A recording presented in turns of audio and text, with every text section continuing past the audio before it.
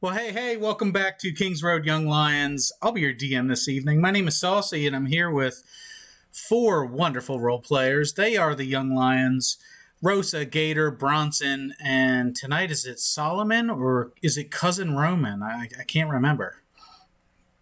If the Young Lions are coming together, it's Solomon.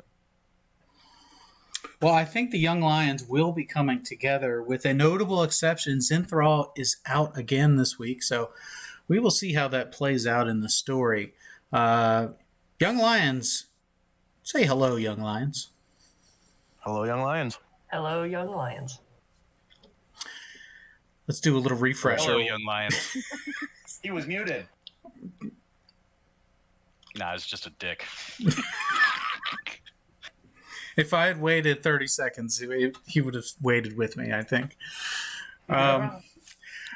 So recap of where we were last week. Last week was the what do we call it? The anime episode, the solo quests, the montage. Yeah. Montage. Everybody ran a little solo mission on the side there, and it all tied back together. I thought it worked out lovely. If you haven't listened to that episode, check it out. There's some great music on that one as well. So we started with Zinthral fighting for his fourth badge at Grapplemania. He was able to pick up a victory against Daniel Danielson, the half-dragon, to the chagrin of some of the talent, but it was well-deserved, and certainly the Young Lions were happy for him. Zinthral went out and he partied a little too much. Actually, prior to that, he had been engaging in some vigilante justice around town. So, not as a Batman, but maybe more of a Owlman or Raven Man, or a feathered vigilante dispersing justice among timber clash. Much needed. Man. And that. Man.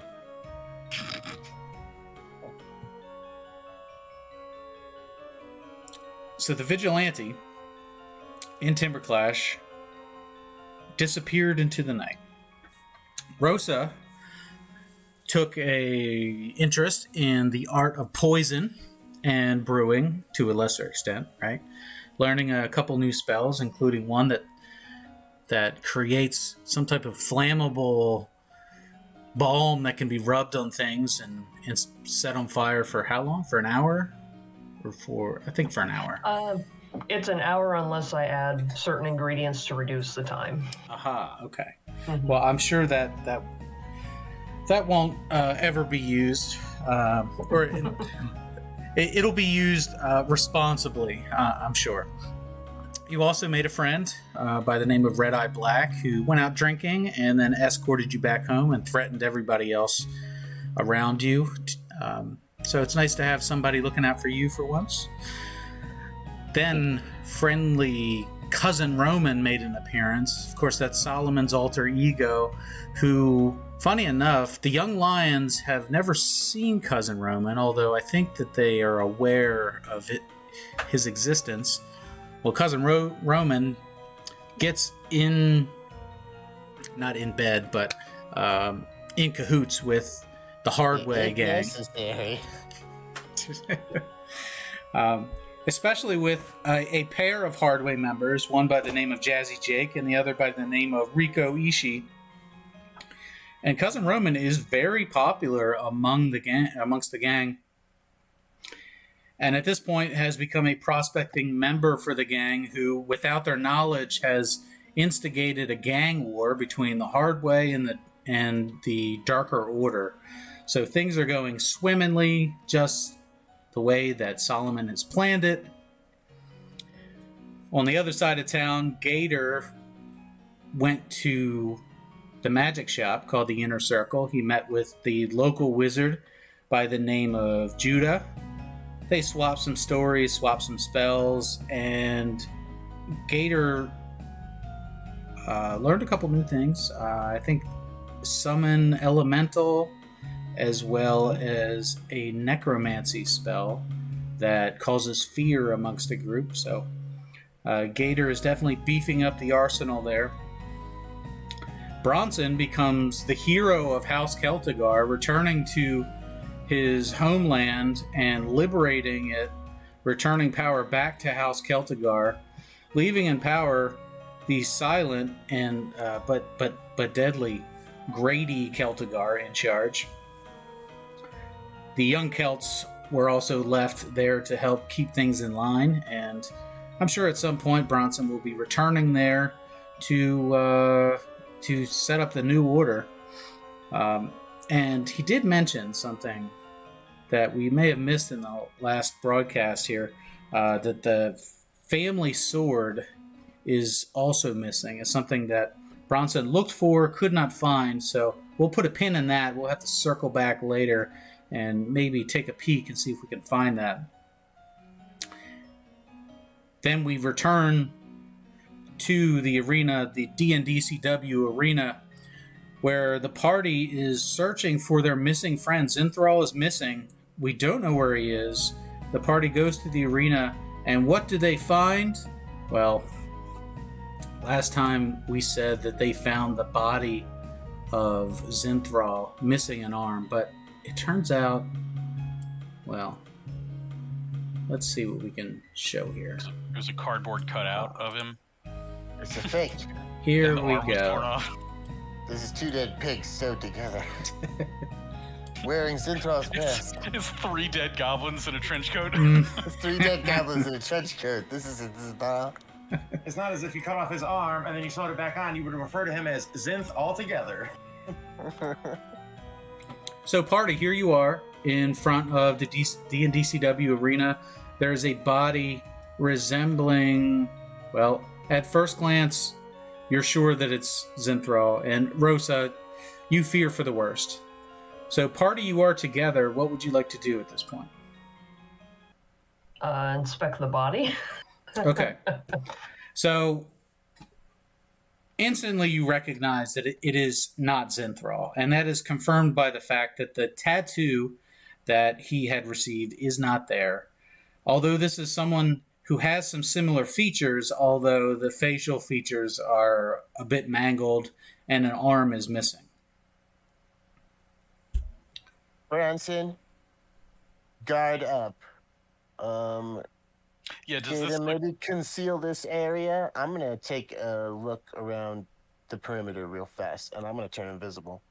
yeah, does so this glad- look like it was fresh, or does it look like he's been laying here for a bit?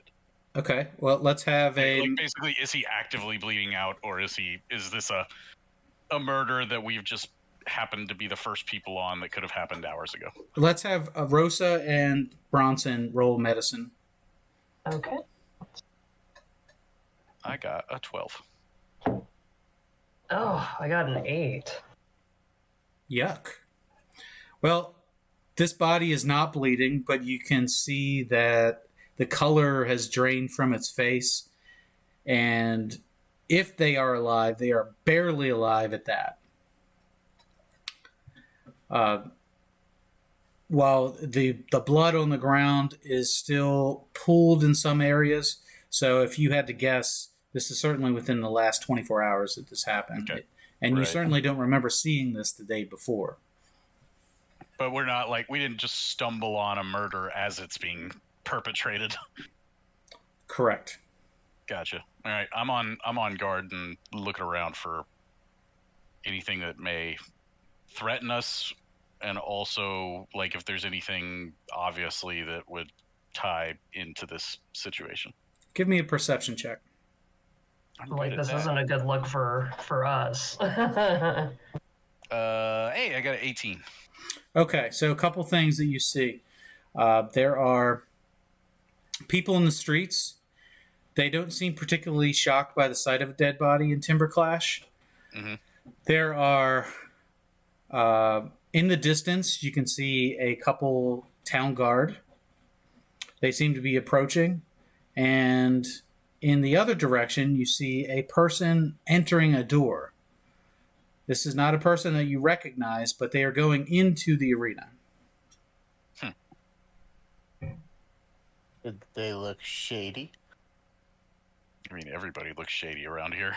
Well, yeah. Uh, Did they look? Solomon, give me a perception check.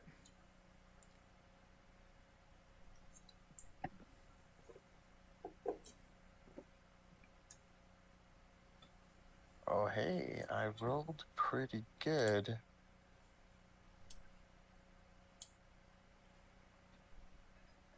And now I have to buy a moment to subtly open my character sheet. No. Theater of the mind, including the characters. 19. 19. Okay, so yeah, you do recognize this individual because Solomon is so observant and so astute, so knowledgeable of the people and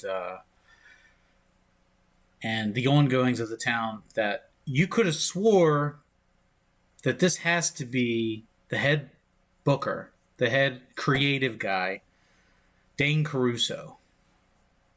Okay, so reason to be going in there.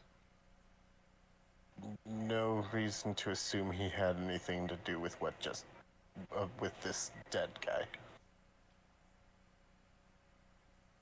Well, if no one else is gonna do it, Gator starts searching his person to see if there's like, what if pinned it? What? No. What? Can we wait until the town's guard? Like, Yeah, Gator, no.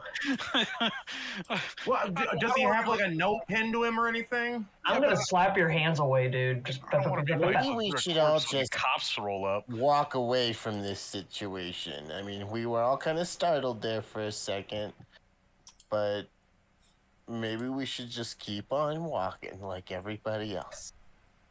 So, Gator, give me an investigation check. I'm still like Rosa's trying to hold my hands, and I'm still like nudging him with my foot. I'm just gonna roll him over. Do something. Do the thing. 21 total.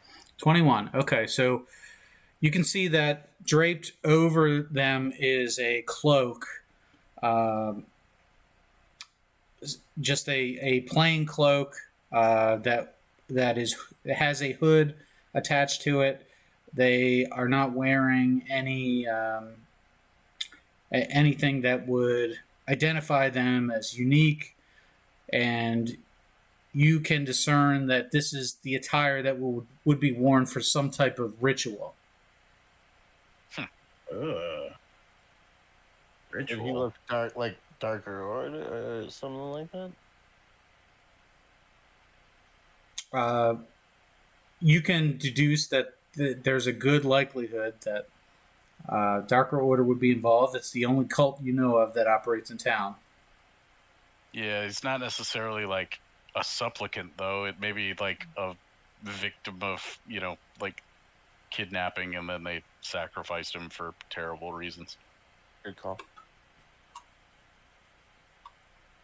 I'm So gonna throw back out there again. We just walk away from this situation like every other common citizen. I mean, of the fine city of Timberflash. Let's let the town guard show up. We'll give them our statements, and then we'll go about our business because we've got to go do the wrestling stuff. I just I can just imagine we're all just standing over the corpse, being like, "Gross! This is terrible." And then the guards show up, and we're like, "We'll see you later. Bye." That's suspicious.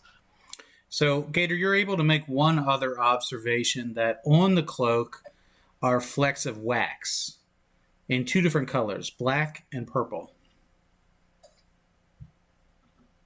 I'll write Twitch that down, actually. Black and purple. What? Black and purple is the Darker Order's colors, right? Yep. That's what I couldn't remember. I was gonna inquire about that.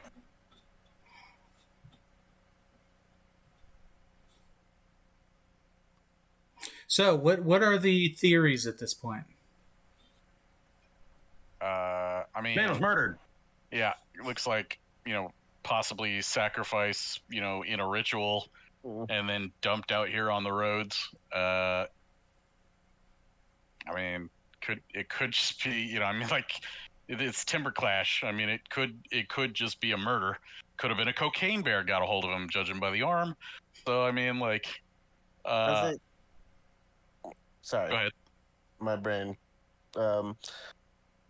how close are the guard getting? Because I did cast invisibility on myself, so I'm invisible. Have a quick chat here.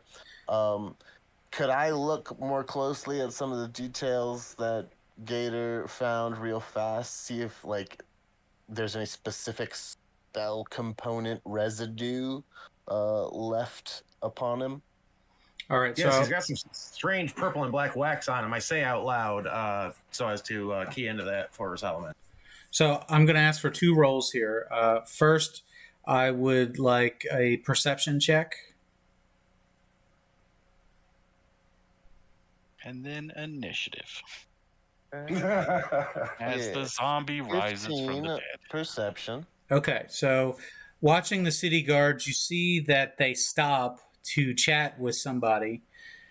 They don't look like they're in a hurry to get over to you. They are most likely a patrol that is unaware of this body being placed here. Okay, now... Rosa, go tell him there's a body. Now, if give me an arcane check to check for Oh man, magical. some hot rolls there, but this is a 5. 5, and then Gator, you go ahead and roll as well. So this would be assisted. Oh, for Arcana? Mm-hmm. Oh, okay. That's one of my good ones. So let's try and make it happen. Wow, 24. Okay. Hell yeah. Yeah, so you can detect a magical aura of necrotic magic that has been used on the body, specifically on the right side of the body, focusing on the arm and then also on the leg, and also on the right side of the face. Ugh. I recognize the bad energy, and I turn my head and I spit 3 times. But I don't actually spit because you don't actually produce saliva for that. But I turn and I explain. I lean over to Rosa and I'm like, "There's some really bad juju going on here." And that's just a random patrol. Like we could still walk away from this. Yeah, let's do that. Let's go talk inside. All right, Considering we're not walking- mortuary assistants, I agree. Keep walking like, oh, hey, dead guy, gross. Man's dead. Do we have to walking. pass? Are we gonna have to pass the guards as we walk in? well, no, Dane Caruso was in the other direction. Oh, gotcha. So as you're walking away, I would like Bronson and Rosa to make a perception check. All right. All right. 19. Okay. 20. 20. Okay, so so as you're walking away, you kind of get a different angle look at his right leg, which is kind of turned over, and you notice that there is a distinct lightning bolt structure to it, where the interior of the leg has a severe bump out. That's that guy that we set his leg wrong. Was wondering because he did look like Zinth. Oh, Oh, yeah. They hauled him off. so Yep. either somebody did this as a warning to us that Zinth is in trouble, or it will be in trouble, or they got the wrong guy. Or they just didn't have a use for a dude with a bum leg and no wrestling career anymore. What? Yeah. Wait, was he was in the Dark Order? Yeah. Yeah. They were the ones that took him away. Like if we have his here, hold on. Go in the NPC section.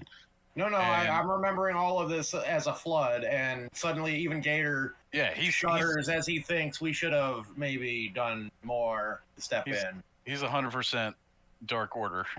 Oy. It's been a while since we all got together. We need to get someplace more private. We can't find Synth, and it's been a hot minute. We need to play a little bit of catch up. Follow the invisible sound of my voice down the street, away from the patrol. Walk and talk. Let's go. Yep. Yeah, let's head towards the show. Okay, let's have a stealth roll from everybody. I'm real good at that. Stealth, you say? And Yikes! Here we go. Come on, halfling. so, Solomon, you're going to roll with advantage on this. No. I did all right. I got a 10. I think Rosa re-rolled with her halfling luck and got worse. Ooh, hold on. I forgot about that. Where'd Oh, that even better. go? Lucky. I got a 12. Oh, wait, an ability check. Yeah, that's an ability check. Yeah, thank you for ability check. Yeah. Okay. Yeah, I'm totally re-rolling that then. 22. 9, which was better than 1. Okay, so Solomon, you are completely untraceable at this point. And then we had a 15, a 12, and a 9? Yeah. Yes. I got a 10. Yeah. A 12, a 10, and a 9. Yep. Okay, so it's just Solomon that's invisible. Everybody else is looking for, how do we blend in with the crowd? Fly casual. It's everybody's walking and trying to be like, whoa, that was crazy. Like trying to just divert attention away from themselves unconvincingly. That's why I was asking whether or not we were going to cross the guards, because I don't want to be like suspicious as shit. So I'm leading everybody in the opposite direction. We Right. were walking what away from I the was guy. going to say was that I would rather be walk up to the guards and be like, hey, there's a body in the street. Rather than just try and slink away. Although I don't know, it's Timber Clash. This happens a lot. It's not my business. I guess. Gator keeps slinking. Walk away. Yeah. Well, you don't draw attention to yourselves, so there's that. But you're just not completely hidden from everybody. We are seen. That's right. If this were Assassin's Creed, the guards are not alerted at this point, but you're also not hidden, which is fine. So as you you're just walked into a crowd of people and accidentally shoulder checked 3 people, and they're like, "Hey, Assassin's Creed." Mm-hmm. all right, so you're approaching the office entrance to the arena. This is the same door where the figure had walked in. What do you do? I go look at a check-in with the booker. Okay. So you open the door, which leads to a bit of a hallway, which has a couple doors. You've been here before. You know the locker room is in one direction. You know the offices are in another direction. You can head directly to one or the other. Do you pursue the figure you saw outside towards the office? Yeah. Okay. So as you open the door to the office of the head booker, Dane Caruso, it is indeed him. He is sitting behind his desk. Well, he's preparing to sit behind the desk. He's still not fully settled in yet. And let's see if we can find... Do we have a graphic of him? There he is. Mr. Dane Caruso. Don't worry about his fingers. They're fine. Oh my god. I don't ask anymore. You should just take MS Paint and just draw mittens on everybody. A lot of work is done to correct these photos. You just see what doesn't make the cut. Oh god. But an attempt was made, and at a certain point, that was good enough. So you walk in. Is everybody else there as well, or have you decided to go elsewhere? My usual arm's distance and no further away from Bronson. Fair enough. Can I stand outside and just kind of watch?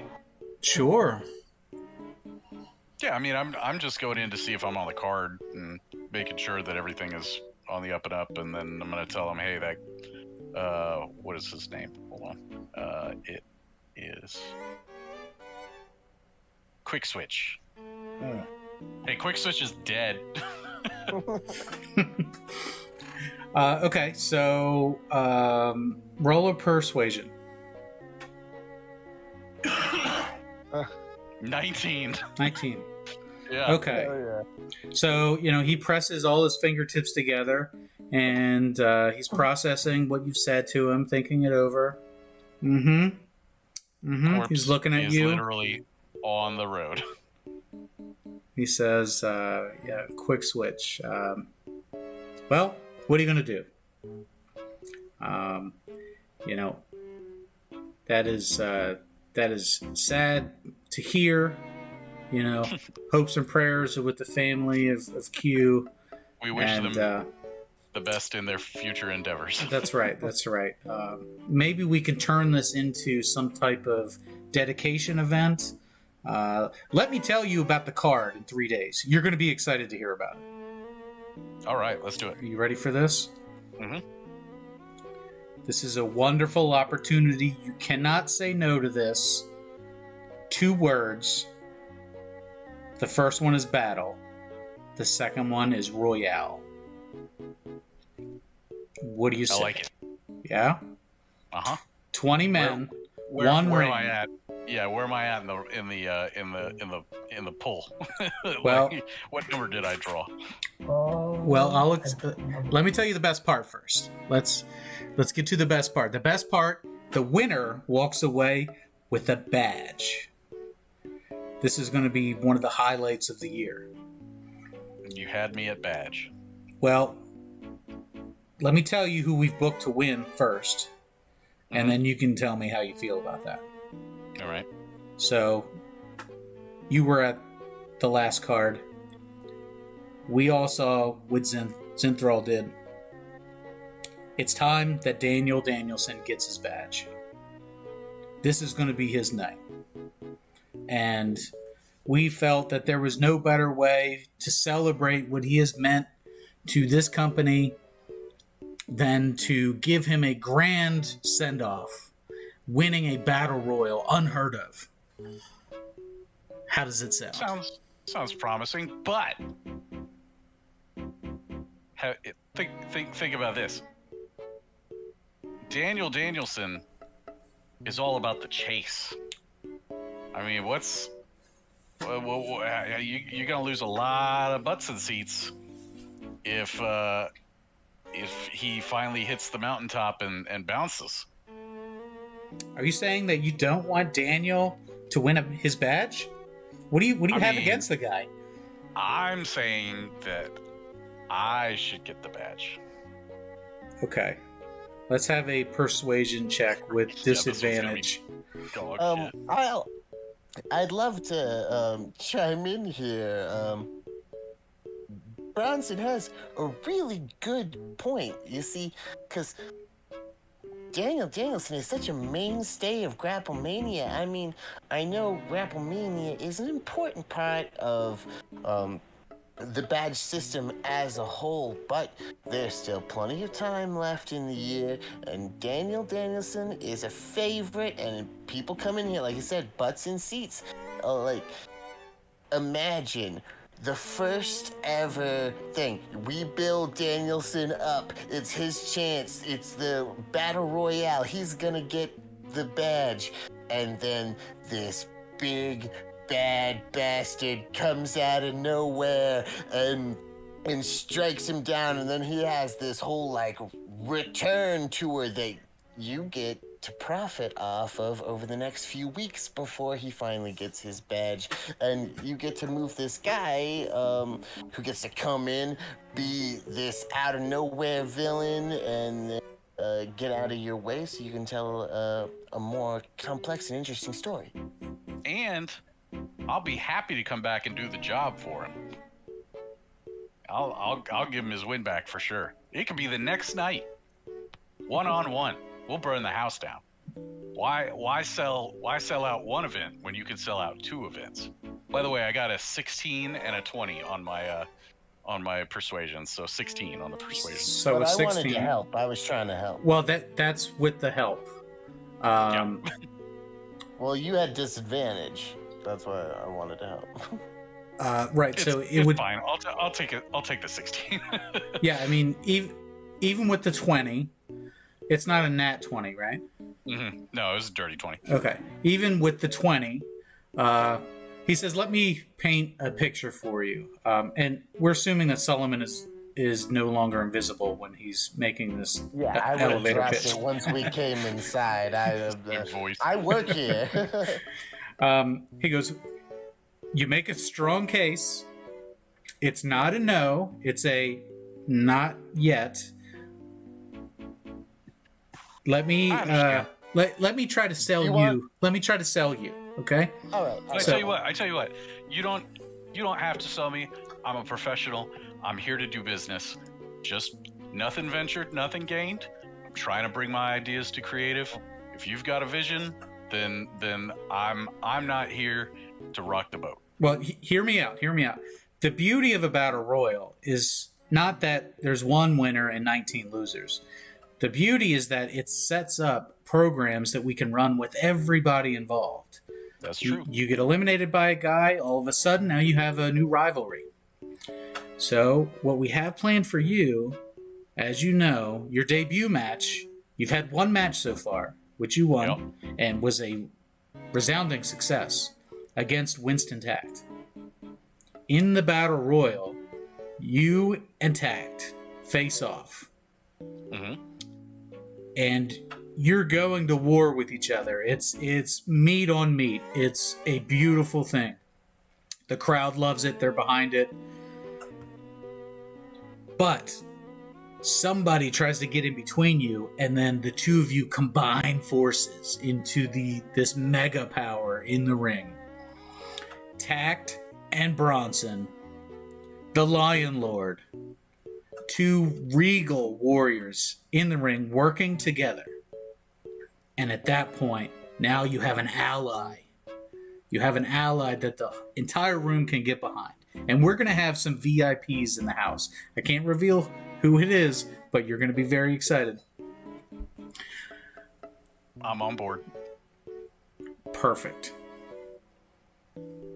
The finish that we've got set up is we're going to bring you in around the final 6. And then at that point, both you and Tact, after eliminating most of the field, will be eliminated by 2 others. They go by the names the Black Sheep and the Red Hammer. 2 more bigs. And now all of a sudden, we've got a setup for a tag team war between 4 monsters coming up next weekend. It's perfect. Danielson survives this battle. Of course, you know he's nowhere near as big as the rest of you. He perseveres beyond all odds, and he walks away victorious. It's a beautiful thing. Yeah, I mean, Can I be the last one eliminated? Well, we did have a plan for that as well. There are 2 others that I haven't mentioned yet, and I wanted to keep this to myself, but maybe I can share with you. You have to promise to keep this between the 3 of us. oh, absolutely. Of course. The last 2 in the ring, and of course, hold that thought. I don't think I came up with names for these guys. You know what? I'm going to keep it a secret. I don't want to spoil the surprise. Okay, we won't press you. It's all for the show. But it'll be amazing. You will love it. Daniel walks away, and this sets you up perfectly for a run with Tact, and then promise you we will get you a badge as soon as that rivalry has burned itself out. So, 2 weeks from now, we can send you on your way, and you head on the King's Road towards more success. How does that sound? We have a deal? Yeah, I hold out my hand. Perfect. Give me a handshake. So he gives you an oily handshake. His hands are definitely more moist than they should be. But, this could have gone a lot worse. So it'll do for now. Like, way too hard. Bring it out. He certainly winces at the grip strength. And reminds you, 3 days, Grapple Mania, main event, Battle Royale. All right, I'll make sure that we, stay out your way. Fair enough. Okay, so let's move on. So where do we go now? Rosa, you're outside observing the street. Gator, you've kind of been eavesdropping the whole time, right? You're just outside the office? Well, if I wasn't invited in, I wouldn't have made a big deal about it. It's kind of a small office, even smaller with Bronson in there. All right, I was sitting on a chair outside. Fair enough. Am I commentating for the Royal Rumble? The Battle Royale? No, you don't need to do the commentary on the Battle Royale. You can, we could use your, I tell you what, we would love to have you do a backstage interview prior to the match. It's going to be great because his head's going to be barely in the camera. It's just going to be the top of his head holding up a microphone. Well, you have the microphone from the farm. Please tell me that Coronado gave you the microphone. I don't recall the microphone. I recall being given the microphone, but I think, I leave the microphone at work, essentially. I don't carry it on my person at all times. Should I go get it? Should I be carrying it? Well, we probably have another one backstage. So the microphone will boom your voice 3 times its normal volume. And an interview with Bronson would be perfect. Fantastic. Okay. I'd be thrilled to participate. Wonderful. Okay. So what would we like to do next? I guess look around, start asking about Zinthral, see if anybody's seen him. I was going to ask while they're making their deal there, I'm just sitting out, just kind of observing. I'm assuming the patrol probably already came across the body and all that. That's kind of what I'm watching, is just, at this point, people watching. Peeking out the door. Oh, no, I said I was outside. By this point, the patrol has certainly noticed the body. They're investigating the situation and trying to get to the bottom of who could have committed this heinous act. As a similarly minded,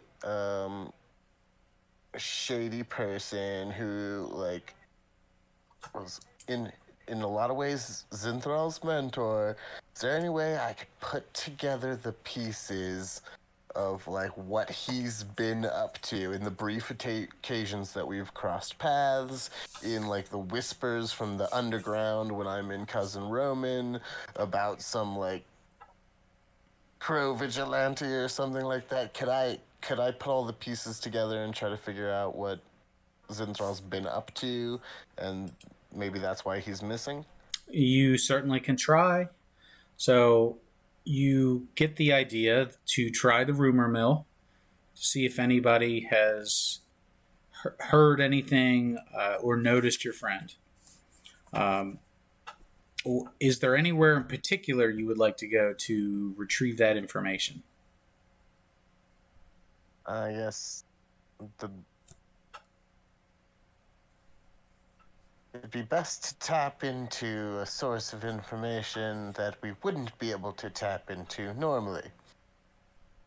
I have deep underground contacts at this point. So maybe Cousin Roman will go ask around. Where does he go?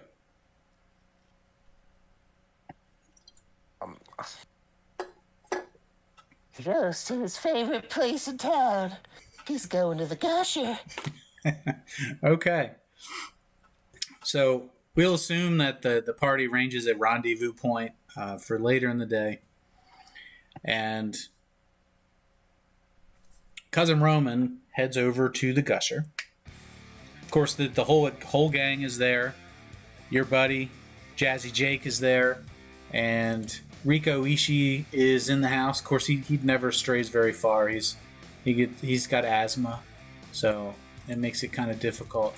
But they're all just standing outside and they're playing croquet or whatever Hardway members do in their free time. But they're happy to see Cousin Roman, and they all raise their glasses to you. Have a special handshake. You all do an overcomplicated handshake that only members of the Heart Ward know how to do. So it's not even a handshake. You just sack tap them, and they're too tall to get you back. Just walking around, just popping people right in the ball bag. Jeffrey, thwap. Steven, thwap. Roman, what's up? Ow. Okay, so your buddy Jazzy Jake is there, and he is especially happy to see you. Strikes up a conversation, tells you a wild story about you would not believe what happened to me. I got in a fight at this bar, did this to that guy, and you believe some of it. All right. That sounds like a wicked awesome story. Is the pogrom that you've set off come to a head? Like could they be who is behind this whole murder in the street? Where I was thinking about leaning as well. Like, I got a fascinating story for you too. So when I was skulking about the streets this morning, I came across a dead body. One of those dirty, dark order gum. Looks like more of them are starting to fall. Good job, boys. Good job. I assume one of you was responsible for this. So Jake starts looking around to see if anybody claims it. They seem a little confused. Jake looks back at you and says, "Which member of the Darker Order did you find dead?" I don't remember what they called him. It was a long name. I feel like it started with a Q. Oh, yeah, we know. That's the guy from... We saw him at the farm. He was in the match at the farm. He's got that wicked broken leg. Oh. So, nobody wants to claim the easy pickings that they took out. All right. I get it. So Jake is thrilled to hear that news, but as much as he would like to take credit for it, it's not their doing. In fact, nobody here has committed any acts towards the Darker Order yet. There's just been a standing order attack on sight once they do reappear. But there have been surprisingly few actual appearances of them lately. You know what, boys? I'm starting to get an itch. I say, we try to track down where some of these Darker Order people are, where they're holed up, where they're camped out at. I say we run them out of this town, find out where their spooky little lair is, all their smoking magic tricks. I say we find out where they are and take them all out. So at this point, the earth shakes a little bit as Rico makes his way towards you with his sunglasses on. And Rico is looking at you. He sticks out a finger and beckons you to come over and talk to him. And of course, here's Rico. Rico Ishii. Rico, baby, speak to me. Rico is, remember, your sponsor in the hard way. I love you, brother. He says, Rome, there's something I want to show you, baby. Come on back with me behind the bar. Something you're going to want to see. Alright. Got my attention. So he takes you inside the Gusher. That's the Hardway Clubhouse. Takes you behind the bar, which, if you remember correctly, they had told you that there was something special behind the bar, although you hadn't really spent much time back there. And there are a couple things in this room. This seems to be a bit of a storage room. On the wall is a painting of a familiar face. Give me a history check on that.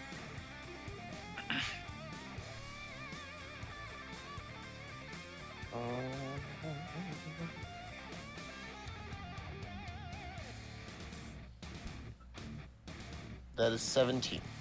Okay, so you recognize the face as one of the ranking members of the Hardway who are no longer with us. It's a portrait of Nyx, and in front of Nyx are candles and vigils of that are evidence of just how loved and missed that he is amongst all the chapters of the Hardway.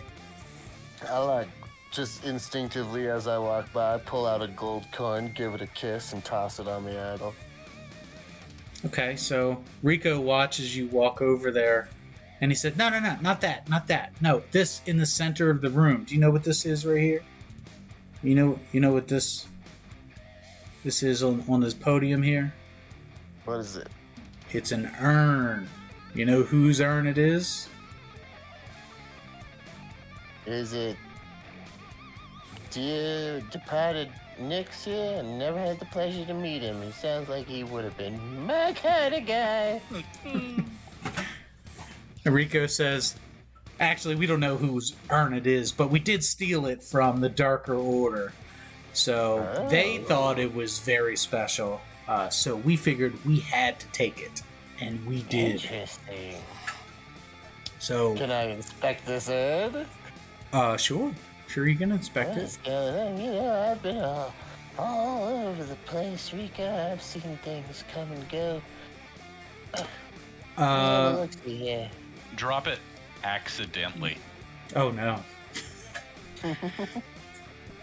So you can roll investigation if you want to search the physical properties of it, or you could do an Arcana check, or how exactly do you want to do this? I guess specifically first, I'm looking for, like, is it covered in obvious magic runes and stuff? So I'm gonna roll an Arcana check just to see how kosher it is in general. Okay, go ahead.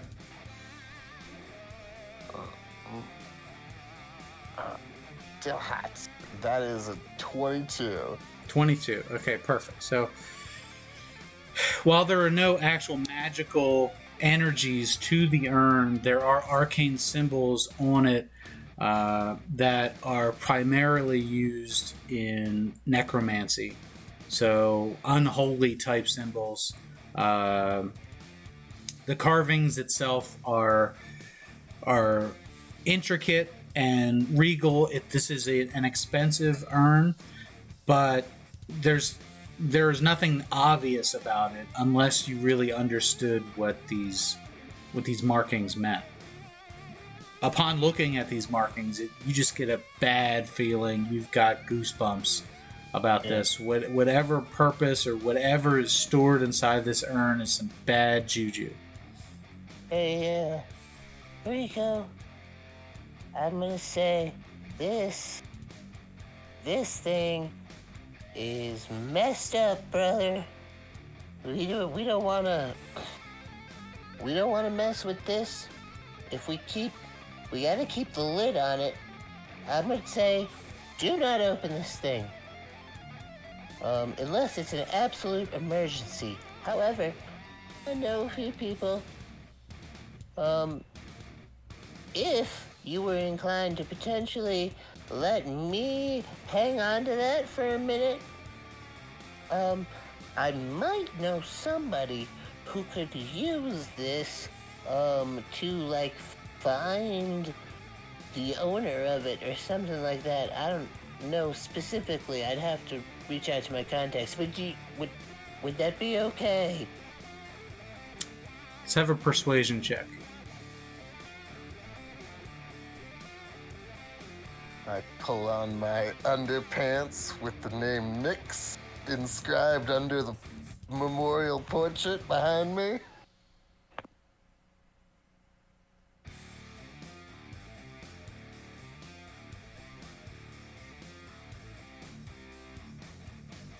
Okay, this number is just gonna be ridiculous. 24. Okay. Yeah, so he seems to trust you. He shouldn't, but he does. And he says something in line with, if you can figure out more about who this belongs to, that would be wonderful. Just take care of it. If it reads... go ahead. Well, we were just going to throw it in the harbor. But if you can come up with a better plan and you can make it more valuable to us in some way, that would be great. Yeah, I'm gonna see what I can do. And if it leads me back to, like, their headquarters or something, I'm calling you all in. We'll raid them in the dead of night. Midnight raid! Just one last thing before you go. Try to wrap this up in the next day or two. We're expecting some very important people coming to town, and they're really gonna want to see this before we decide what to do with it. So, The urn? yeah. Oh yeah. Alright. No problemo. So with that, he lifts it off of the pedestal, which is pretty high for you, and goes to hand it to you. It's oversized, and it's a bit of a struggle for you to carry this thing. Whatever is in there is heavier than it looks. Don't worry, I got this.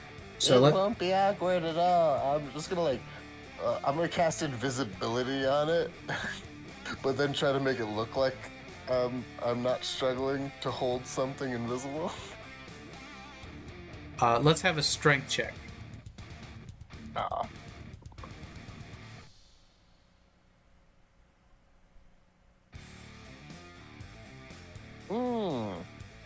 Yeah, that's a 7.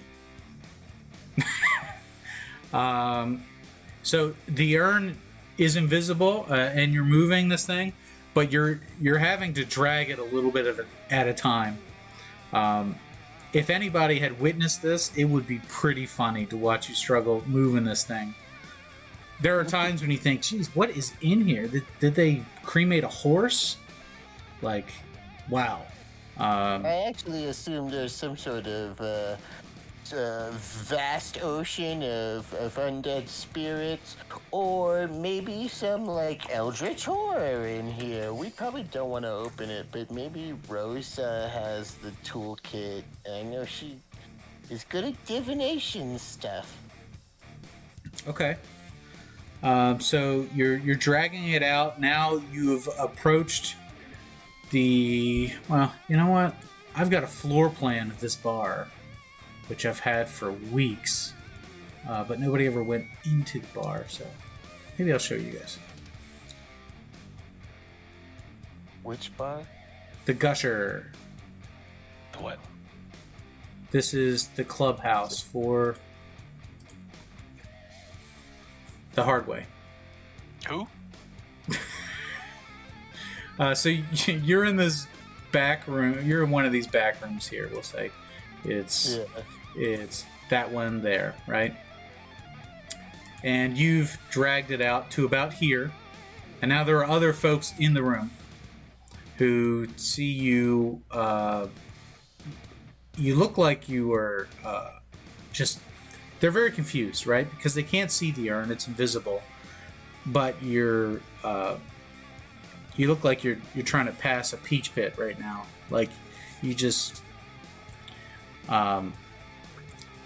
Jazzy Jake comes up to you and he says, "You doing okay there, bud? You look a little uncomfortable."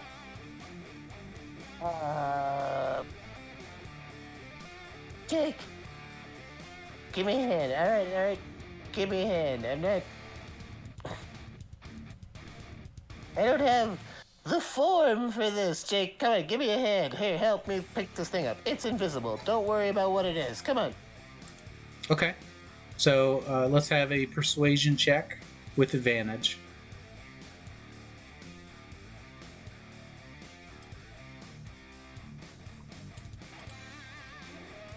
Oh.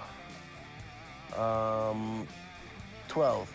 12. Okay. So he figures, yeah, sure, why not? So he does give you a hand. He's holding his side. Of course, he's tall, and Cousin Roman is not so tall, so he's kind of having to hunch over to carry the side. He offers to just carry the whole thing for you, if that's all right. Thank you. Thank you. And obviously, you dingus. And he says, "Where are we taking this thing?" Just I know a place where I can meet up with somebody. It's just a couple blocks away, in kind of a back alley. Don't we can leave it there? Sure. So I've got my ways. So he's bear hugging this thing that's invisible, walking around looking like a complete doofus, and nobody can see what he's carrying, and his arms are like in a circle in front of him. But nobody seems to care too much. And both you and Jazzy Jake can head out away from the gusher into the streets of Timberclash and towards whatever destination you had in mind. Yeah, I just want to dash it somewhere discreet so I can get rid of Jake. And start casting message. Okay, so you can tell Jake, you can just sit it down right there. That's fine. We should get together later, right? Yep. And so Jazzy Jake gives you a bow. He says, "My pleasure, my good sir. I'll catch you later. There's a lady of the night that I need to visit." And he runs off. So you've sent message to the rest of the party. So while all this is happening, Gator, Bronson, and Rosa, you were together outside of the arena. Was there anything you wanted to do while waiting for Solomon to go on his discreet mission? Just asking around for Zinthral. Okay. Well, I was going to say, while the patrol's trying to put things together, I was curious if there's anybody also kind of watching, if that makes any sense. Okay. And Gator, how about you? Well, now that we know that the Darker Order is they're for real. They're not. It's not just for show. I'm keeping my eyes open for anyone with the colors or anyone who just looks like they're skulking about. Maybe trying not to be seen, and I will try to see them. Okay. So let's have an investigation check from Gator. And Rosa, also a perception check from you. Nah, 7. 7. Okay, so you don't spot any evidence of the Darker Order, although you do see a marking carved into a building that's got the Darker Order symbol, which you know to be a circle with an eye inside of it. Not the Oh. letter I, but like a physical, Eyeball. like a oval shaped eye. Yeah. And Rosa, 5. a 5. Okay, so no, you don't seem to notice anybody observing the crowd. And Gator, let's have a persuasion check. No, I'm sorry, Bronson. Bronson, a persuasion check to ask around about Zinthral. 5. 5. Not great. Nope. No, so you're not able to get any rumors. Let's have everybody roll an investigation check.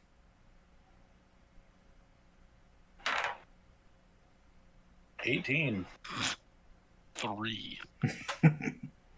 Man, the dice are not with me tonight. 7. Okay, so the 18, Gator, you're able to find a black feather in one of the streets, Oh. not far from the arena. I'll swipe that up and take a closer look. Sure. Let's have a survival check. Okay. Oh, not one of my good skills. Total of 13 after a -1. 13. So you're not able to figure out exactly what kind of bird it came from, but it's a larger black feather, but a species unknown.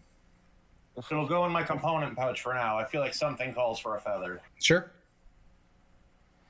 Fair enough. Wait. Just for humor, can we pretend that I did like the Ace Ventura when nature calls, and I dusted all over everything, including myself? And then you start to float, right? Yes. At this point, you get a message from Solomon saying something along the lines of, what does Solomon say? I need a thing picked up. What am I, an errand boy? No, you're a messenger boy. Tell Bronson I need a thing picked up. A thing picked up, and he'll know what you mean. Got it. And I go to Bronson. Bronson, some guy told me he needs a thing picked up. It may have been Solomon. Oh, yeah. Okay, cool.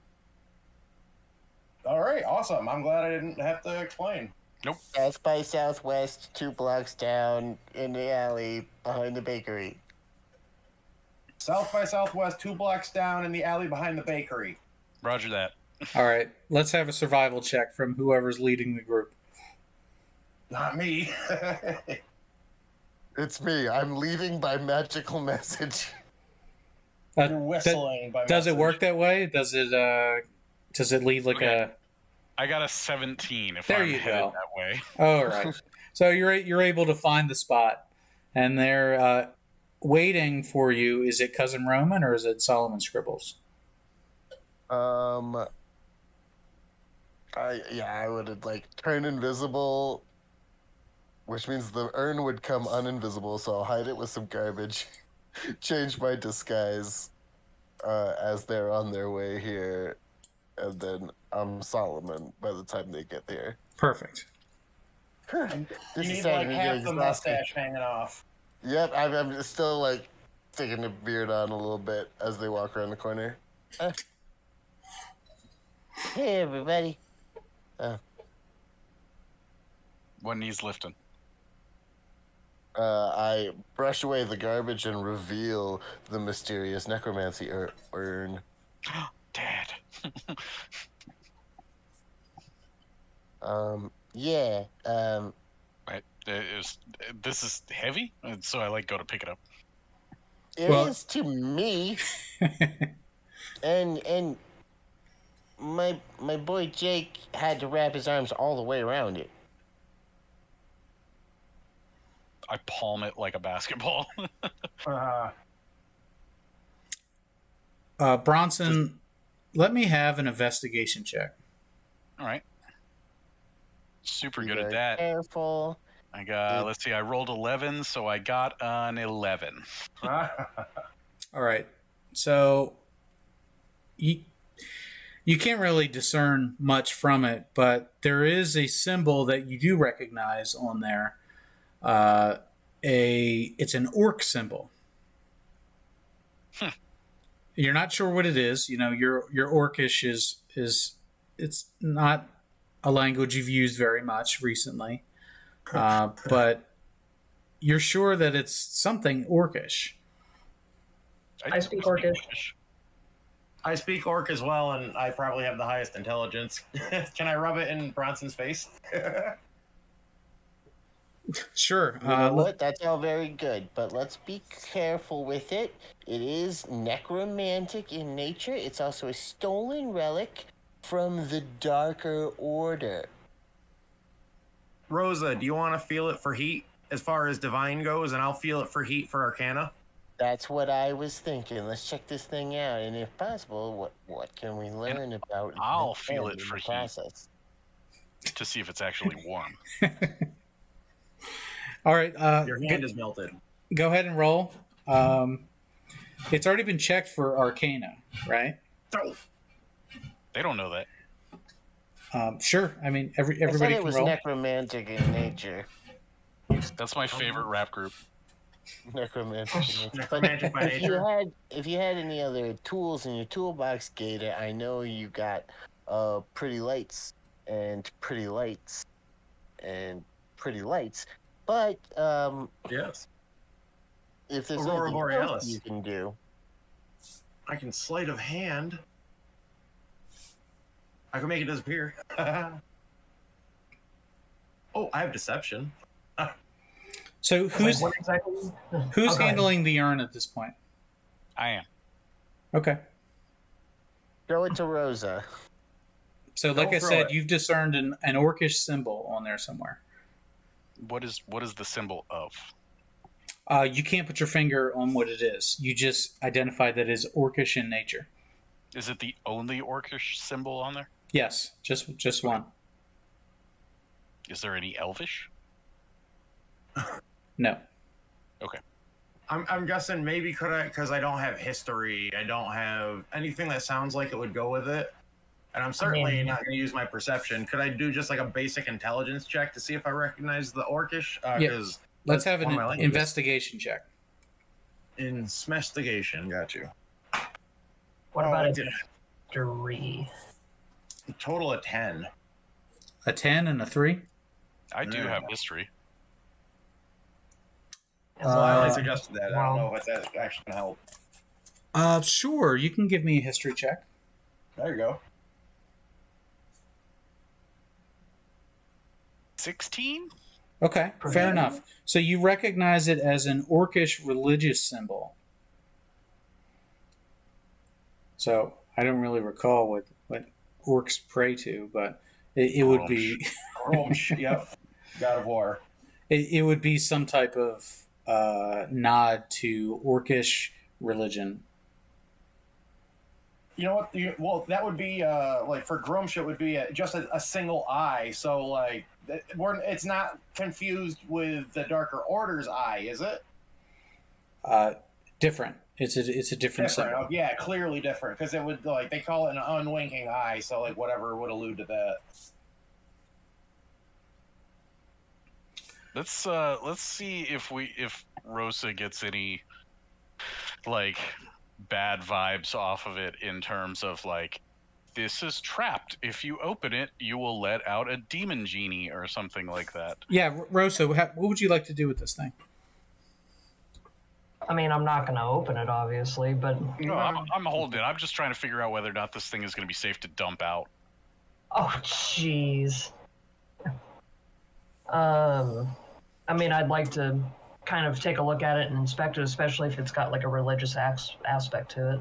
Okay, well, let's have an investigation check. Oh, that's one of my sucky skills. All right.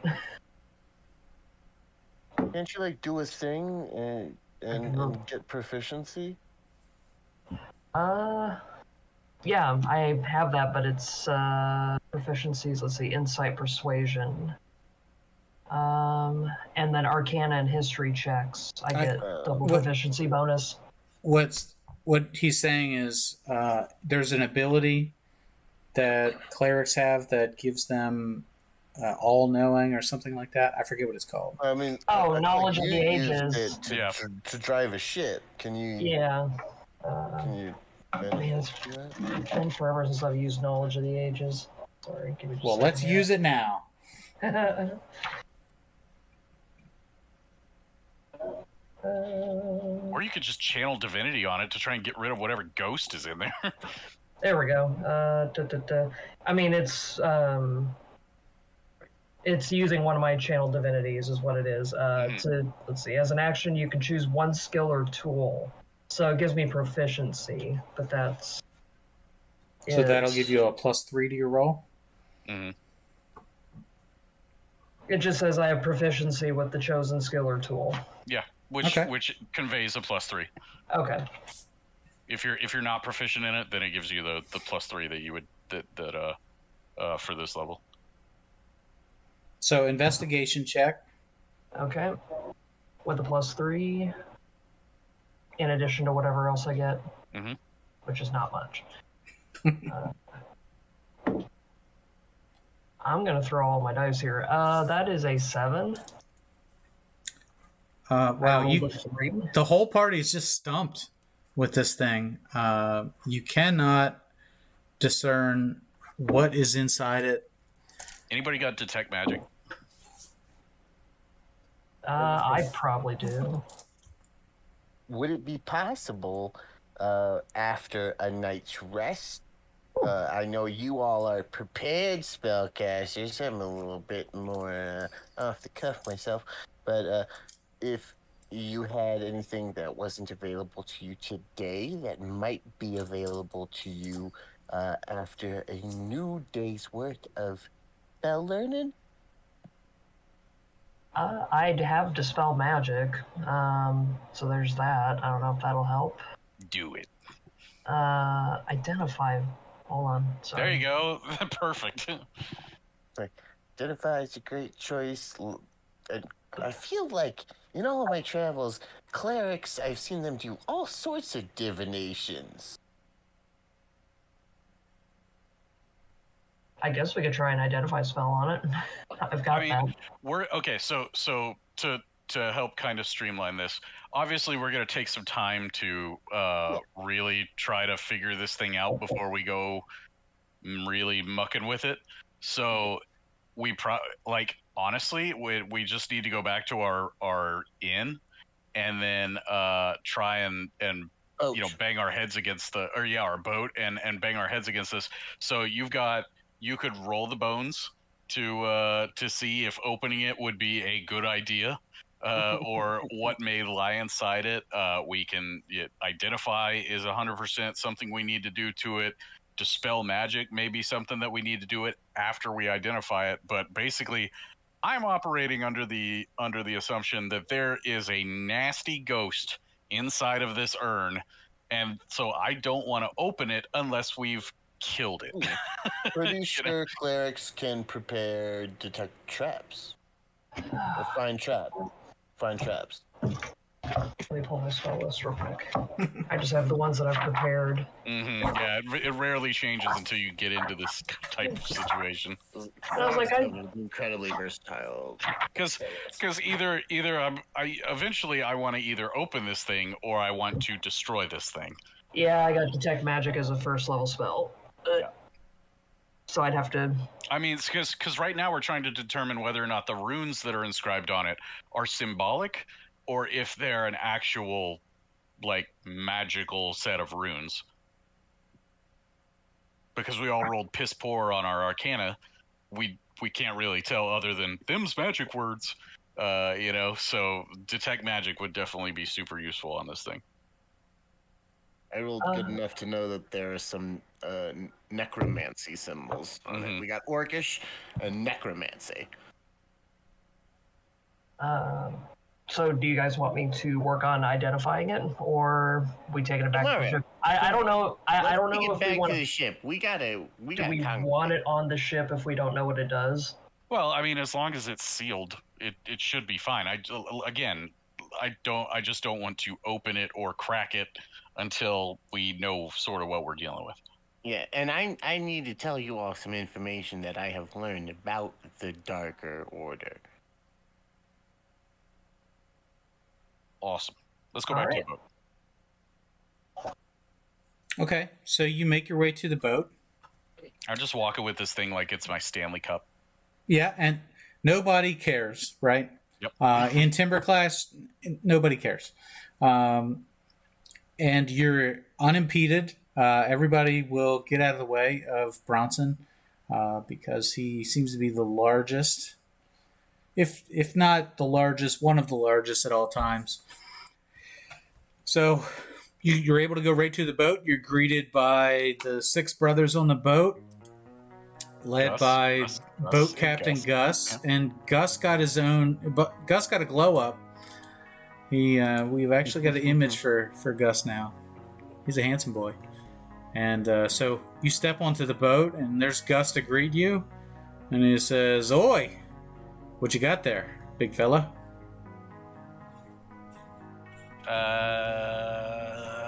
It's bad juju. Yeah, I think the less you know about it, the better at this point. We'll keep you posted.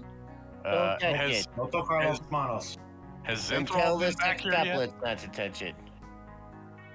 Has Zinthral been back yet? No. Nope, Zinthral is not back. Can't And- find him anywhere. And Gus is not eager to mess with whatever it is that you have going on. Remember, Don't touch he's hired help here.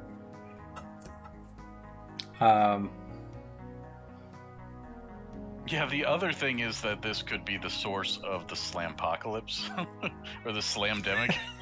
And I don't want to be patient 0 for that. Ooh, yeah. So he takes a couple steps back and says, "I'm gonna go grab lunch somewhere and just leave you be with your magic box, your plague box. So Yeah. you guys have a great time." A So desk guy.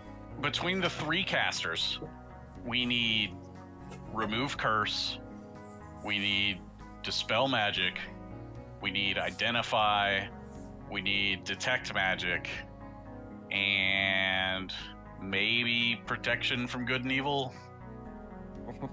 I think you mean 2 spellcasters. Well, and I was going to mention too, I was looking, detect magic. We already know it's magic, right? That's all this is. No, No. I don't think we do. I didn't get an Oh. actual palpable magical vibe from it.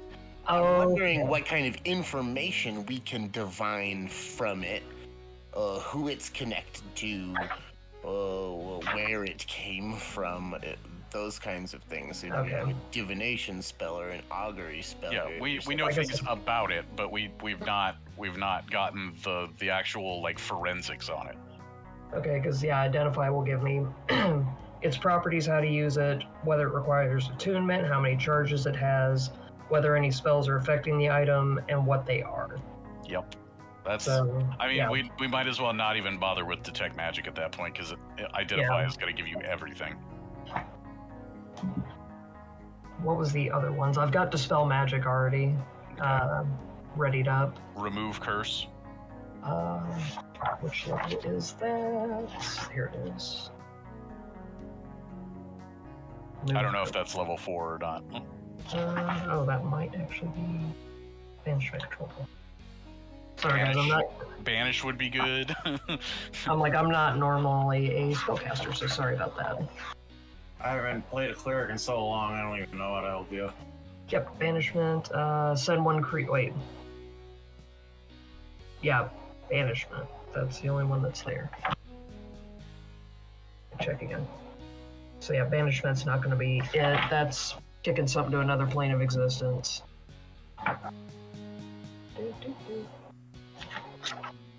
Yeah, banishment, I'm just thinking, is based off of if anything pops out of the damn thing. Oh yeah, there's remove curse. It's a 3rd level spell. Got it. Sweet, cool. So I can that's switch within out your one of my wheelhouse. 3rd levels. Yeah. Yeah, I'll ready up that spell then instead of one of these.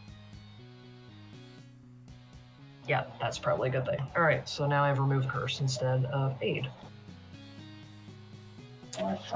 So you're going to take a long rest and then prepare different spells for the next day? Mhm. Okay. Yep. And we'll say in that long rest, we exchange information about our time gaps. Yeah. Okay. Perfect. In Yeah, that so- time... Yeah, basically we're just clearing the board and saying everyone knows everything now. Yeah. So the Darker Order are really bad, and just recap, they're heavily involved in the Slamdemic, the Magicite issue, and the world champion is now part of them. Mm-hmm. The exalted one. Whoever. I pretended to be so upset the night that he won that fight. Yeah, I would. So while we have downtime, can I take just looking this thing over and then just racking my brain, trying to remember like all the orcish that I've seen, like all the stupid school, language classes that I had to take, trying to remember this stuff. Let's have another investigation check. Okay, that one's okay. 19? 19. Almost a 1. But So, investigating this thing at all angles, at a certain point, you start investigating the bottom of it, Mhm. and you recognize a name is carved into it, although it's very subtle and not easy to see, but you can swear it says the name on there. The name it says is Magnus Cone. do I remember that name? That sounds familiar. Well, let's have a history check.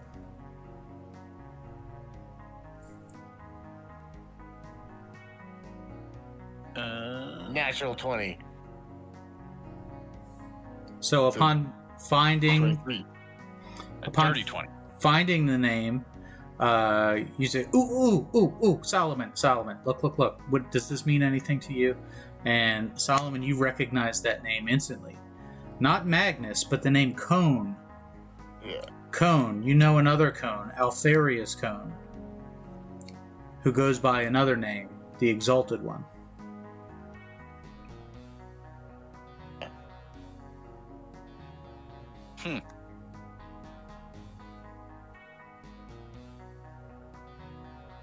So, we stole the world champions, I don't know, Papa? Grandpapa? Brother? Son? This is fantastic. I mean, I know my capabilities are limited, and we're all still growing as spellcasters, so, Rosa, if we hung on to some of this, in fact, and it turns out there aren't any horrible curses or anything like that, or traps upon it, we could use some of this, bone material to try to, scry on him or something, couldn't we? I don't know. Crazy idea. We'll cross that bridge when we come to it. It's possible. You could try. It would need to be his bones. I was like, I'm not up for defacing urns, but Well, I mean, you would be Wait, is this cleansing them, perhaps? Because these guys are terrible and necromantic and evil, so, I mean, is it really defacing if it's, evil? Is Alterius Cone any amount of orcish? Alfarius Cone. Well, okay, let's have a history check. I just rolled a history check. It was a natural 20. I know who Alfarius Cone is. Is he orcish? Oh, so Alfarius Cone is not known to be orcish, is a large human comes from, there are a few of the cones. There are 3 brothers. Alfarius is the one that's the most famous. The other brothers are kind of forgettable. It's like, the 3rd Manning brother. Everybody knows that Peyton Manning and Eli have a brother, but nobody knows that guy or what he does. He was supposedly the most talented. Well, now he's in an urn, so. Allegedly. So is this? Let's see. Yeah, I guess he wouldn't necessarily know like where he is in the family tree. No, he knows plenty about Alfarius Cone, and specifically about his fight history and maybe his affiliations, but beyond that, not much about his personal life. Sounds great. Let's get to work.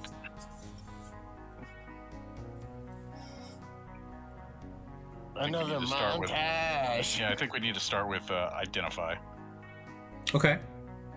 So, Or first detect magic. If it's magic, then identify. okay, so a long rest. The crew comes back to the ship. Still no sign of Zinthral. The next morning, new spells are prepared. What do we do?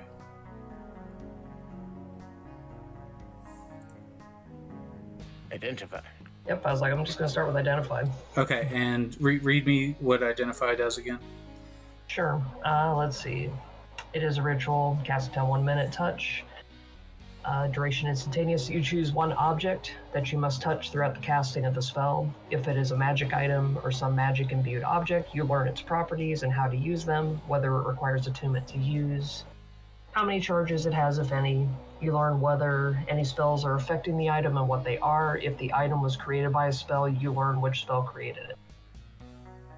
Okay, so you learn about the item and if magic was essential to the creation of it. Okay, so based on using your magical ability, you've determined that this is a standard urn without magic properties to it. There's no curse on it. As to the contents of it, I don't think that spell can determine the contents of it. But there does not appear to be any mechanisms to it. It's got a lid that is not doesn't easily fall off. Right? It's adhered in some way as to keep it secure. There are inscriptions all around it. Some that are, just as we said before, orcish symbols, necromantic symbols, also symbols that have to do with family lineage, for the crest of the Cone family, and of course the names on the bottom. It says Magnus Cone. There's additional information on there that has a born date and a death date. The death date is recent, and you can determine the age of this individual would be somewhere in their late 20s, and the death date would date back about, let's say, about 8 to 9 weeks. Oh, wow. How old is Altarius Cone? Would be in his 30s. Okay. Maybe late 30s, mid to late 30s. Maybe a younger brother or like a cousin or... That would make the most sense to you. Mm-hmm. So we're all briefed on how bad news the Dark Order is, right? Or the Darker Yes. Order. Yep. Yeah. So you've all shared information. To be perfectly honest, they might be worse than the hard way. And we've already had a minor run-in with them. But they're quickly running up our threat chart, right? Yeah. They're bad news. I mean, in the end, having like the top spot being vied for by two guys representing like absolute like lawless chaos elements in the world is a bad state for the kingdom to be in. I got a plan. Rosa, I'm gonna need you to get out your like incense and prayer beads. And I'm gonna need you to like, we're going to hold a funeral setting this guy off to the most positive afterlife, cleansing him, and we're gonna give him a burial at sea. So if everybody's on board with this, I would what I'm gonna do is I'm gonna go to the back of the boat. I'm going to wait until Rosa is prepared to basically put this soul to rest. Give it a huge amount of pomp and circumstance. Make sure that he knows that all of his mortal sins are forgiven, and that he will be living in a afterlife of nothing but bliss and forget all of the woes of the world. And then I'm going to crack open the urn and dump it into the ocean and give him a burial at sea. So, question before we go dumping ashes in the water. And I might have missed it. The potential relation, they're still alive, right? Yes. Why not, return it to the rightful owner? Because the ashes don't have to be in it to return them. I'm not going to dump the urn in the water. I'm going to turn it over and dump all of the ashes in the water, and then I'm going to put the lid back on and put it in Solomon's backpack. Oh, dear God. Because eventually we're going to run into these guys, and we're going to have leverage over them, but I'll be goddamned if I give them the ability to bring back somebody's brother who's going to cause us even more problems as some white or ghoul or zombie. And so we're going to send him to the most positive afterlife possible, make sure that he's got no unfinished business, and that he's loved, and that he's respected, and he's been sent off with all of the ritual that one would need to escape a permanent existence as a terrible haunt, Yeah, we're gonna salt those remains. Yeah. Yup. 1000%. Yup. And that's my plan, is to maintain the vessel, but not have what they want in it. And go ahead. I'm sorry. Part of the mystery at play here is that they definitely allude to the fact that they are in touch with dark power. And this urn is like covered in necromancy and stuff, but I mean, unfortunately, I've never seen any actual physical proof that they are commanding dark forces or anything like that.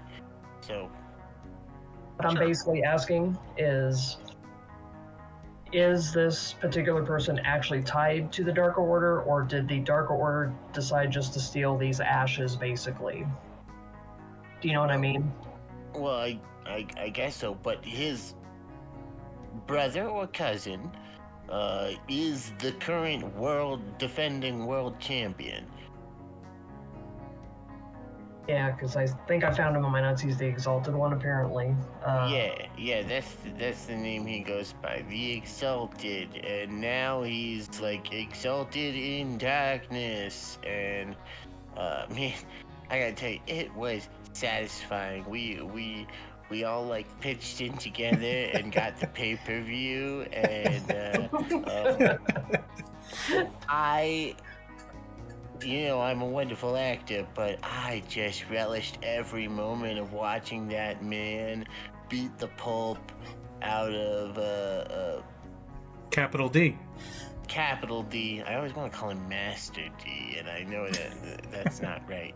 It was very satisfying. But then, like, discovering the whole, like, Darker Order being another through plot here is, like, alarming. Oh yeah, no, Dark Order definitely has to go. I'm on board with that. I'm just making sure, like, this isn't, like, somebody's ransomed ashes and, you know.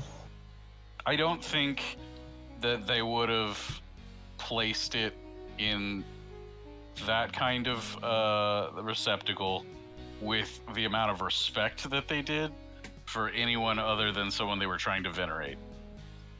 Yeah, this is it was something of value that the boys in the hard way were able to take. All right, let's have a funeral.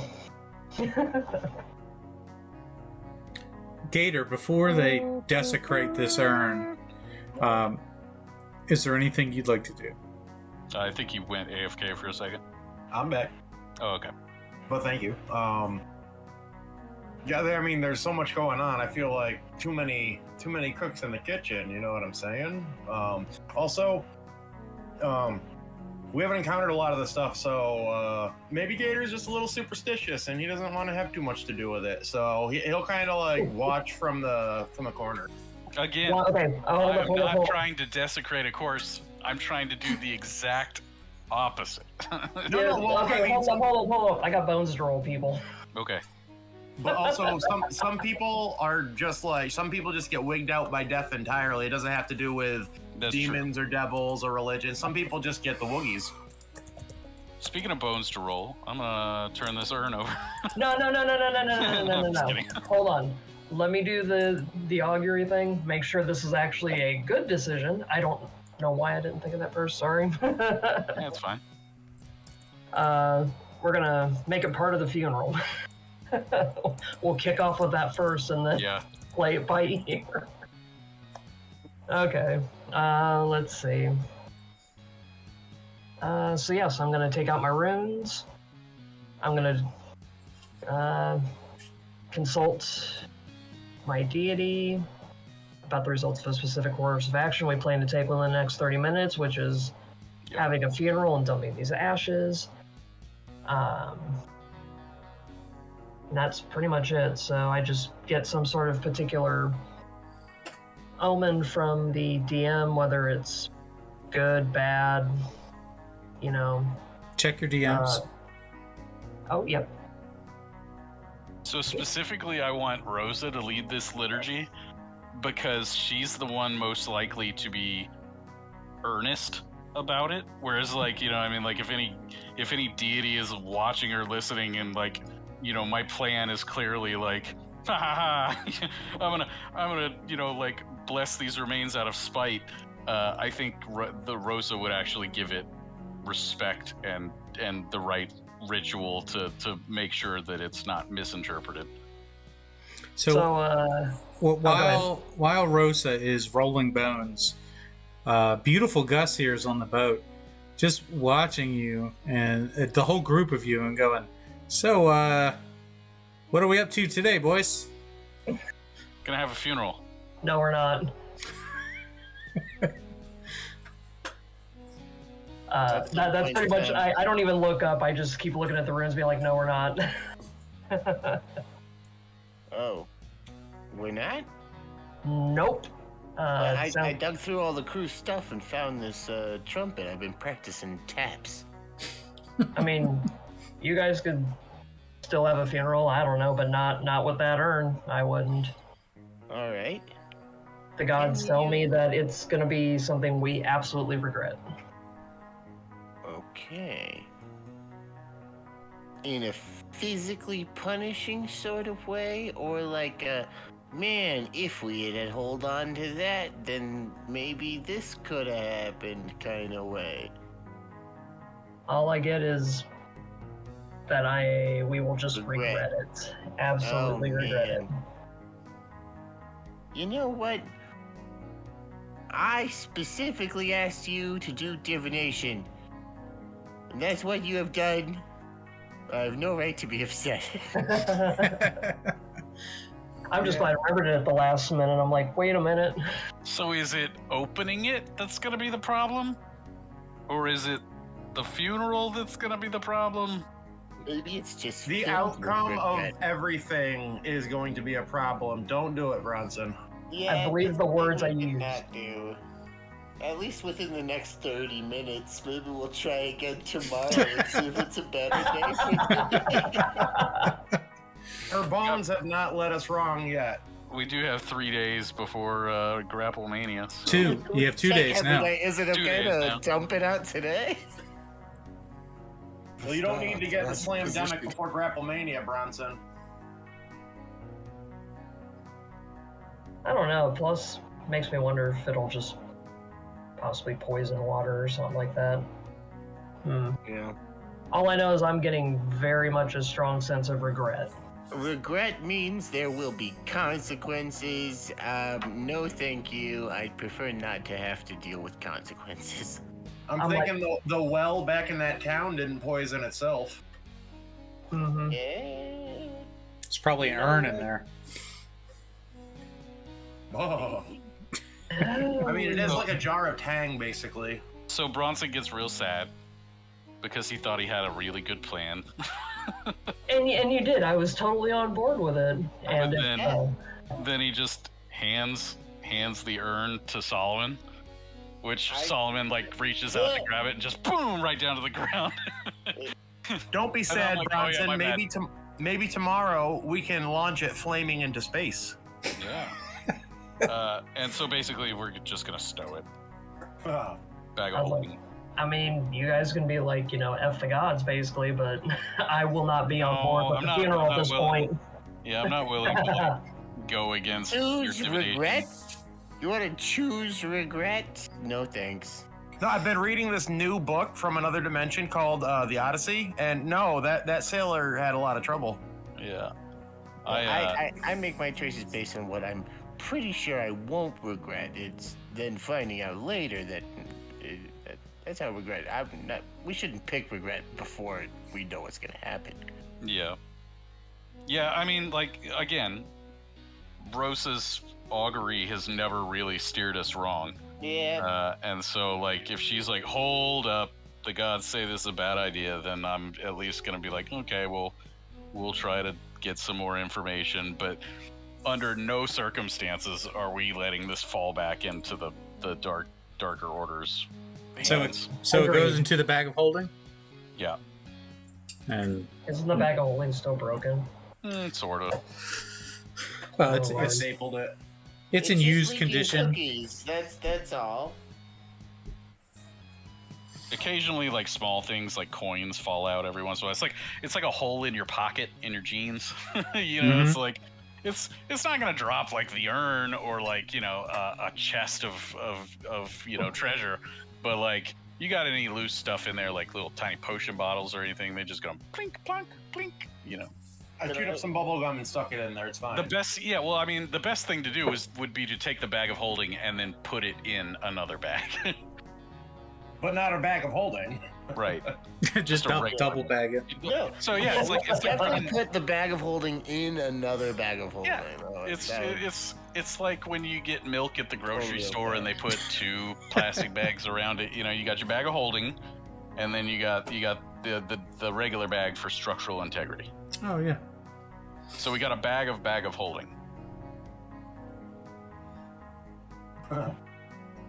All right. So we've got 2 days here before the battle royale. With those 2 days, what does the party do? Ooh. Is the hard way gonna be pissed that you left with that urn? No, I literally got permission to do it. Oh, okay. And what did they tell you But after? they would want it back in a couple of days.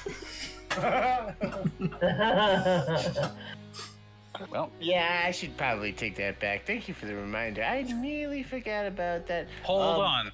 You're really good at forgery. I was gonna suggest. I Gordon. bet you there's a I could spend 2 days making a false urn. you don't even have to make it. all you got to do is we'll go get like a pitcher from a tinsmith, and then all you got to do is dress it up to make it look, and you have the reference model right in front of you. So I mean, like you absolutely could forge that, and then we'll just put some rocks in there. Born for this task. Gator, you're gonna help. Huh? Exactly. I love this plan. Okay. No, Gator, when you say huh, I hear, yes, Solomon. What are we doing? Also, does anybody know any magic that involves traps? Or can anyone set traps? Because it would be really cool that if the fake urn had, was like full of demon balm, and then had a striker when you try to take the lid off. Already in with the demon bomb. Nope, I'm not on board with the fire. Are you talking about a demon bomb Molotov cocktail? Well, I mean, basically that if like the hard way were to be like, hey bosses, we got this urn from the Darker Order, and they're like, yeah, I wonder what's in it. Seems heavy. I bet there's treasure in it. And then when they pull the cap off, all of a sudden, just demon's balm everywhere. Okay, Let's just say new I idea. have been sitting on a small hoard of minor incendiary devices for several weeks at this point. Yeah, I'm just saying if we're gonna forge one, we might as well also booby trap it. Yeah, I was gonna say, hear Rosa out though. Don't return it to the hard way. Somehow get it to this booby trapped one to the Dark How Order. much Just say like your do we have? the one jar. We can do both. What does it take to make another jar of demon balm? She's got one use of it, right? I believe so. And Right. what would it take to make another one? So to do what is being planned here, you'll need to gather materials to make a new urn. Then you'll need time to forge it. To brew a new potion, you'll need to gather materials, and then you should have a brewing kit at this point. And then you'll have to attempt to brew some new potions. There will be a DC that you'll need to roll to successfully create the potion, but we can say you can attempt it, once per long rest. Say, we can make multiple copies of this thing. As long as they're booby trapped, I'm good with it. I need a copy to take back to the hardware because they're expecting to show it to some quote-unquote higher-ups. Right, and those are the people that I want to burn with napalm. I understand that entirely, but at this point, actually, I'd have to say that currently the hard way is a bit of an asset, especially considering if we're shifting focus towards the emerging threat of the Darker Order. I have already, in fact, pit the two against each other. But all that's going to do is cause a literal and figurative conflagration of the conflict. If they're like, hey, we got this from the Darker Order, and then all of a sudden El Presidente's face, and eyebrows are burnt off, he's going to rally the troops, and they're going to go after the Darker Order, not us. Yeah. You know what? Because it's their urn. All right. Oh. I start rubbing my hands together. Gator, we got work to do. What? Gus, we got work to do. I had to bring it back. Do you want to get Gus involved? Has he gotten another promotion? We got 6 able-bodied people that can go shopping. We could divide this labor up. We'll get all the important stuff, but if they just gotta hit an an herbalist shop with a shopping list, we'll get them put on the registry instead of us. Okay. You can't buy rope and gunpowder at the same time. I pulled up the guide. Actually, it says here that one brew is enough to burn for 10 hours. Sweet. And can be smudged over 10 feet. It's a lot. It's like a whole jar of jelly. Yeah, I want to fill this sucker up. Oh my god. Well, you got one jar at least. I want to When burn you down the stuck gusher. the fake urn around the jar of jelly, I want to connect the jar of jelly to the minor incendiary devices that I had created by the Gnome Depot. Oh, yes. And then if we pack it and make sure it's pressurized enough, the concussive force of the ignition should probably effectively cover at least So a it's a fire. It's a 10-foot firebomb area. at that point. Yeah, it's just gonna throw napalm everywhere. Yeah, at least the 10-foot radius, I would have And to then the gusher will burn. Let's go ahead and take out a fire insurance policy before we do this. That way Now we we're can committing get insurance paid fraud. while we're at it. All right, where do we want to begin? This is tools for the forgery and the Yeah. and any alchemical stuff that we're gonna need. Okay, tools for the forgery. Let's say 5 gold pieces. Cool. Okay, you're able to obtain the tools. Takes you roughly half a day to get the materials and the tools to I'm make. subtracting from group funds, Yes. just so nobody else. Okay. Simultaneously, Rosa, you're searching for ingredients to make more of this demon bomb. I suppose so. I just need a fire fruit and under time, a root of it. Okay. Well, let's roll a d4. 21, there it is. D4. Oh, that's a 1. Okay, so you find enough materials to make 1 potion's worth, to brew 1 use That's all we need right now. the demon bomb. And we'll say it's 2 gold pieces. Okay. I'll subtract that from the party fund. Oh, Yeah. okay. And Yeah. that Did you get everything that we got paid last time? I did. Oh, I didn't take anybody else's pay, I don't think. All right, so I let's took go ahead. mine. We'll go ahead and aggregate that then. So Zinth got 600 gold. Rosa had 300. Solomon, you probably already counted yours. And then Gator got 350. and how about Bronson? I don't have what I got. It should be 150. I think we forgot to dole that out, but since That's he was gone most of the time, Right. 150. Holy shit. Yep. So add that to the list. And then that doesn't count, like, Rosa got her potions, and then Gator has like a ring, and Solomon had a bag of gems as well. Yeah, I have bag of gems. I need to get it a praise. I figure all the items people will hold on to, but the fungible currency just goes straight over to Solomon. I'm gonna hang on to the bag of gems as kind of like an emergency fund. Yep. Because with the aggregate of everybody's pay for the time off, we're nearly at 6K, gang. Do Oh, we and I- need some magic items? Like, that's the other thing. How how plentiful are magic items in Timberclash? Well, there's no Oh, no. Gnome Depot here. There is a lawful goodwill that Rose has been to. Where's the fence? That's where I want to find out. Like that, I would love to go find out who the fence is in this town, and what they've got access to. Well, Maybe, if you can, no, I'm busy.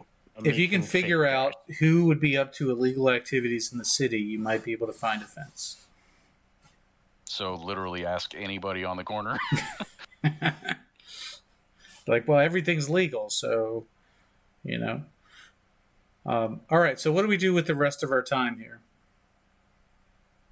So Maybe you've acquired the materials. a forgery and Spend the rest of the day forging it. Okay. Well, let's have a roll with tools. So,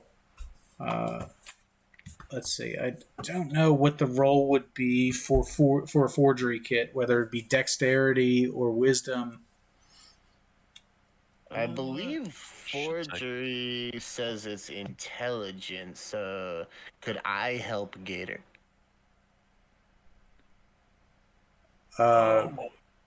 You're both proficient with intelligence saves, right?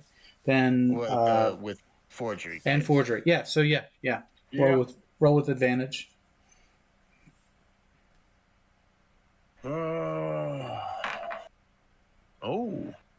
Hang on. 20 total, or let's go with the 20. Okay. So yeah, a convincing replica of the existing urn.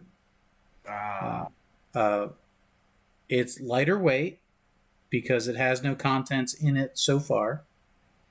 Although, Well, we're about to change that. yeah, Now we need to arm it. sure. And Rosa, you can go ahead and roll for your brewing. Okay. Uh, Looks like, brewing would Yeah. be what? Intelligence, wisdom?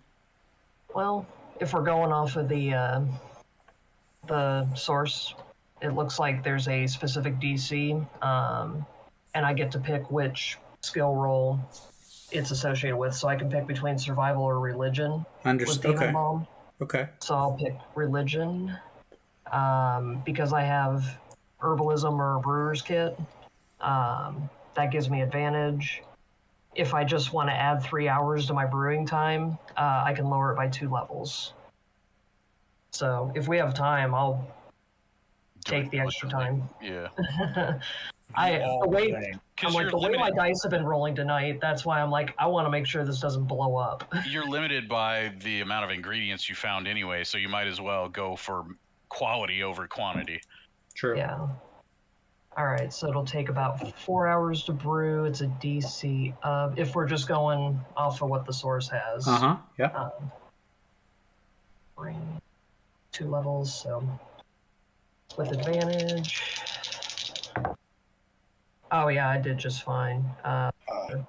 21. Sure. Yeah. So it's a nice jar of demon jelly you got there. Yeah, I'm pretty proud of demon myself. bone. Gus and the sailors are fishermen in their off time, right? Like they have fishing gear to feed themselves and stuff. They do a little bit of everything. All right. I need all of the lead fishing weights that they can muster. Well, you can just buy Oh, yeah. sinkers at the docks. Well, there you go. Yeah. I will go buy Ball bearings. basically a bunch of lead shot. ball bearings. Yeah. Yep. Okay. Because what we're gonna do is we're gonna get these things Wood. set up, and then we're gonna try to match the weight as much as possible. And adding a bunch of lead ball bearings into a firebomb is gonna just make this that much more sweet. Yeah, we can't put too many of the balls in there because it'll be too heavy. But we need to pack all the rest of the air around it with sawdust. Get some lumber. Okay. But also, you can only put so many in because it will displace the liquid.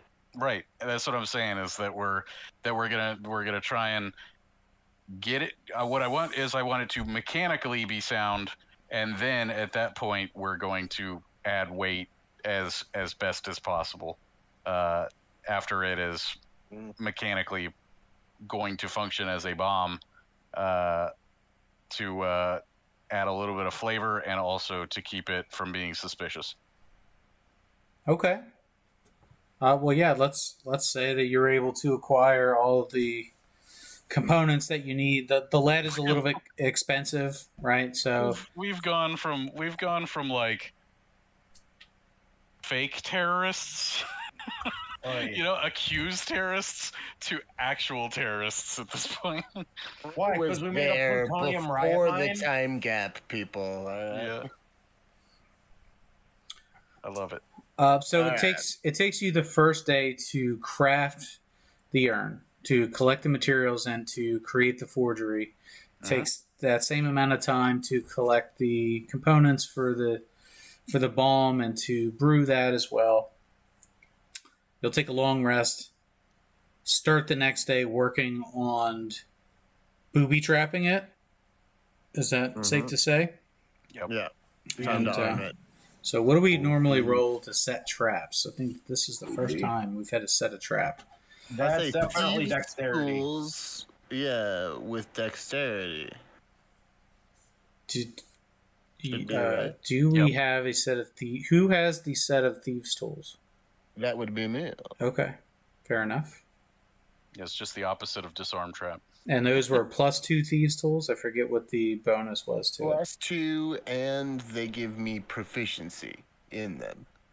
Everybody but Solomon out of the room right now. Sorry, dude. It's the smartest thing to do. Yeah, where is this being made, by the way? Understand.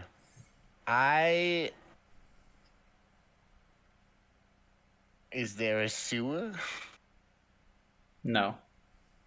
Just Outside of we're town. just making it on the boat. Let's just do it. Let's Do it on the boat. on the We're boat. doing it on the boat, baby. +7. Here we go. On your boat? Yeah. Do you want to let Gus know first, or Nope. No, it doesn't concern him. and everybody's there? Yeah. All right. Listen, if you're not pot committed to this You know plan what? at this point, like, can we roll? Can we roll on roll 20, or would you rather Throw us roll? a dice Roll pot at 20 this is point? Or you terrible. better double that bonus. Okay. All right. Well, let's have it. It's going to be a From my +7. experience, please no. It's going to be a +7, and there is, and there's no advantage. It's just +7. I don't have advantage. No. Okay, and you cannot bardically inspire yourself. Nope. Okay. I say, is there anything else I can do for my... Does anybody have, like, Wait. enhanced ability? Wait. So if someone else were to do it, what would we would get double That's proficiency, the highest dex. Mm-hmm. and our high dex guy's not present. He's MIA. Yeah. Yeah, my dex is 14, so that's... Maybe I'm like second best. Because I have advantage on dex against effects that I can see while I'm not blinded, deafened, or incapacitated. On your saves. Oh yeah, that's true. Yeah, but if I gotta save, Are you going to rage while you're trying to set the trap? I just All have right. a barbarian. You I'm can gonna go do into this. a rage instantly, so if he fails the roll, can he get so mad that he failed that he rages to get that bonus? Is it a skill check or a saving throw or? It's a skill. It's a skill check. It's a tool skill check. Yeah. It's fine. I believe in Solomon. He's got it. Well, I mean, I've also got guidance as a cantrip. There you go. You can guide me before you walk out of the room. You touch one willing creature before spell ends. The target can roll a d4 and add that number rolled to one ability check of its choice. There you go. Can you bestow that knowledge stuff on other people? On others, yeah. Knowledge of ages? No, I think it's through my through channel divinity and stuff Okay, like that. so what you need to do... I already get proficiency. No. from the magic What item. you need to do is give yourself the Thieves' Tools proficiency, Rosa, and then help Solomon so he gets advantage. Okay, I see what you're going here. Okay, all right, we're stacking it all up Stacking now. buffs, yeah. Well, so read what the knowledge of ages does. Dig that back up. Gator starts to check the life insurance on the. It's proficiency in a skill or Or tool, yeah. Oh, if it's skill or tool, then yeah, I'll allow it. Okay. I guess the question is, at this point, Rosa, what's your dexterity score? Probably not great. Let's see. Nope. My dex score, I get a +0. So, yeah. Nope. All right, here we go. I'm gonna roll the d4 first, and add that to the +7. Mm-hmm. That's a 3, so we got a +10 here. With advantage, first roll's a 6. Second roll was a 5, so 16 total. I was Okay. gonna say, did you also roll for the what did I? Guidance. Yeah, the guidance. Yeah. Oh, okay. That was a just D4. Okay, got it. Sorry. So you're able to assemble the bomb. It is a bomb, right? That's the word we're using. Basically, Yeah. Yep. That's the fairest way to put this. It's a trap. That will spray ball bearings in every trap. direction, a la the movie And Swordfish. and napalm. Oh It's a yes, riot mine. and flaming jelly that can't be washed off. Yep. It's a phosphorus riot mine. Yes. Let's call it the Gusher. Oh. So you're able to assemble the bomb and close it without it triggering, and you're sweating bullets the whole time. It's like the scene from Terminator. Speed where they're trying to cut, figure out which wire to cut. So as you guys are doing that, and you guys are finished, and you're like wiping your brow, I walk back in the room and I pick it up with one hand and I look at it. I'm like, is this it?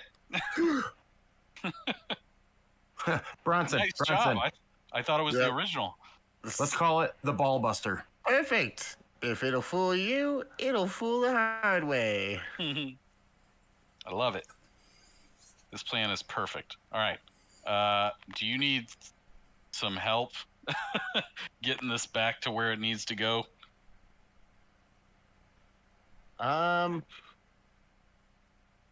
Because doesn't Gator have Tensor's floating disk? I do. Yeah. Why don't you deliver it back to them on that? That way you can be like, look, I even brought this awesome little moving cart to present it to the leadership. I use my hat of disguise, and if there's any like local delivery folk, I suddenly look like them. Yeah, there you go. There is an easier solution. Mm-hmm. So Solomon, your invisibility spell can be cast on yourself or on somebody else, correct? Yeah. So if Bronson's invisible, You could just carry it for me invisibly. Yeah, but I mean, like, for the same spell cost, you could No, have lesser. Yeah, First you could level. have Tensor's floating disk and not have me like suddenly bump into a corner and then appear out of nowhere and then have to fight the entire hard way and worry about a bomb. Plus, you know that like it's not gonna get jostled. It floats. It's like gyroscopic. It's the best way to deliver this thing to the unsuspecting victims. Okay, so talk to me about this disc. How does it work? Let me. So Tensor's floating disc, it floats 3 feet off the ground. It can hold up to like 500 pounds, and it moves where you want it to. What does it look like? At like it's like take a shield, and then turn it, flip it, like horizontal, and or like a dinner plate. It's like Tensor's floating dinner plate. It's a circular, horizontal plane of force, 3 feet in diameter, 1 inch thick, floating 3 feet above the ground in an unoccupied space. My choice that I can see. Remains for the duration. Duration is 1 hour. Holds up to 500 pounds. If more weight is placed on it, the spell ends. Everything falls. Disc is immobile while I am within 20 feet of it. If I move more than 20 feet away, the disc will follow me so that it remains within 20 feet. It can move across uneven terrain, up or down stairs, slopes, and the like, but it can't cross an elevation change of 10 feet or more. That's about it. Yep. So if I move more than 100 feet away, it disappears. So what color is it? Is it see-through? It doesn't give any. It just says plane of force. So I'd say that's invisible, up to the DM's discretion, and then I would say it's probably just like invisible. Why not? It sounds like it's see-through. What color of your magic? What color of is magic missile in your mind? Why does everybody go to that one? Because it's force. What color? Like when you picture magic missile in your mind, what color is it? Magic missile was never any sort of like thing. It was just literal. Force is not visible. I know, but that's what I'm saying. Is that whatever you want it to be, that's what it is, man. It's invisible. There you go. And then Solomon can make it look like he's carrying it with one hand. Dude, literally all you have to do. Here's how you break that illusion. You just put a sheet over it, and then it's just a floating sheet. There you go. Perfect. Yep. Perfect. I love All right. Please do it away from civilians. That's all I ask. Okay, I'm so gonna steer this thing like a maniac. Oh, Jesus. so it's I'm never Gator making and dinner. Solomon moving this thing. And I make sure to bring it back day before VIPs show up, so it's not like Well, I'm this putting is on the a big day. show. This is the day they told you that they would be Nah, showing I want up. to get it back there, so I'm not putting on a big show of like I'm bringing back the thing. I just want it to be back.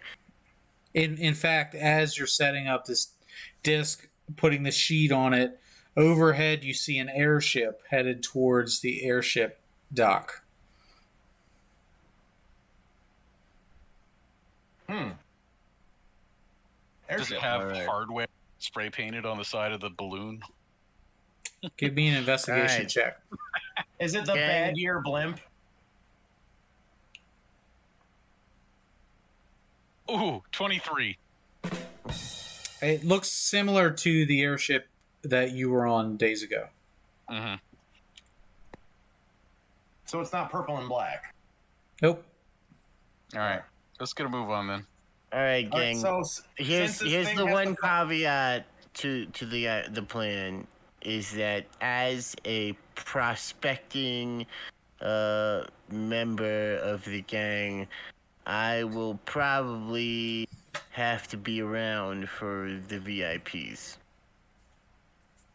That's fine. You know what's gonna happen. So if I'm they're gonna like, try to keep my distance if they start futzing with it, but I just want let you 'em to know you know gotta if use the the bathroom or worst something. happens, I believe in you guys. I believe in Zinth. I'm sure you'll find him. I'm sure he'll come back. Honestly, if we try to look too hard for him, we're not gonna find him. If he comes back, he comes back. And I hope he does. But in the meantime, I hope I do. Just wanted to put that out there. can I you will cast be at mage risk. armor on him? Gator? I'm wearing nope. armor. So Oh, it won't gotcha, really give gotcha. me much And it's benefit. also a personal spell. Got it. Yeah. And then only thing I have to mention is because I have to be moving away for this thing to follow me. Like I can't just tell it to move; it just follows me. So I'm gonna have to be like 20 feet ahead, walking backwards, like waving, like bring it forward, so it like looks like Or, I'm. I mean, you could be 20 feet behind him and just basically like pushing it along for all intents and purposes. No, that's not how it says it works. It says it follows you if you walk away from it, but it's just a floating disc that moves around. So I'm pretty sure you can push it. Yeah. It says the disc is immobile while you are within 20 feet of it. Oh, so it's basically supposed to be like an ox, you know, like it's just We like wasted you enough just drag time on it. this. Yeah, We'll use the disc to get me like a half a block away down an alley. I will then painfully drag it the rest of the way to remove any other parties Yeah. involved. basically we're just trying to make sure that we've got an easy, good way to get it there. Yeah, I can't Let's take hand it wave the it. whole way. Most likely, if I'm forced to, quote unquote, roll for it, so to speak. Okay. Whatever that means. So fair enough. Bronson, you can lead the way, clearing an aisle with Gator and the disc following shortly behind you, and the rest of the crew can be Yeah, there at a I safe tell you what. distance. I'm gonna make this real funny, in that I'm gonna solve the problem of Gator having to like pull this thing along, and I'm gonna put Gator over my shoulder so he's looking behind me, so and like pulling the thing along, and so basically like it's gonna be as though I'm just carrying him through the crowd, like I'm taking him to like as a bounty or something like that. So there, I can walk forward. We can maintain the distance. There shouldn't be a problem with him looking awkward or accidentally stumbling into somebody at that point. And I'll Sure. just hop off with the urn right at the last second, right in front of the door. Right. So you're riding with the bomb? Yep. Oh, okay. This is my burden to carry. Rosa, you want to consult the bones before this bomb voyage? That's voyage. you guys really shouldn't be doing any of this. Yeah, the bones say I just want this- boom. Boom voyage. We're in what's called the terminal phase of the campaign.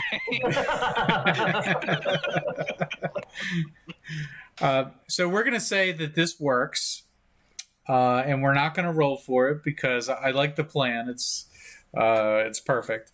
Just stupid enough to work. That's right. And now you are within half a block of the clubhouse, as upon Solomon's wishes, he's going to take it the rest of the way, right? Just tell him you got it cleaned. Yeah. As cousin Roman. I worked very hard to make sure it was specifically exactly dirty in the exact same way as the other one. Did not have it cleaned. Okay. I'm gonna bring it in. You're going to carry it yourself? Yeah. Get your lackey to help.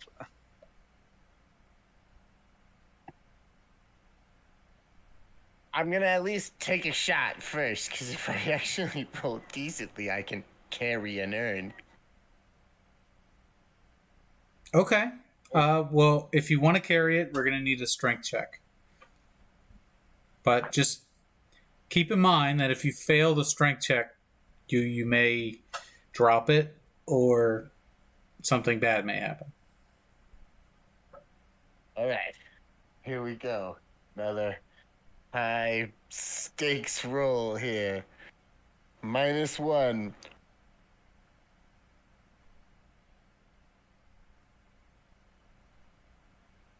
15. 15. Okay. Thank God. So you do struggle with it, but you carry it How much in. does this thing even weigh? It maybe like 60 pounds.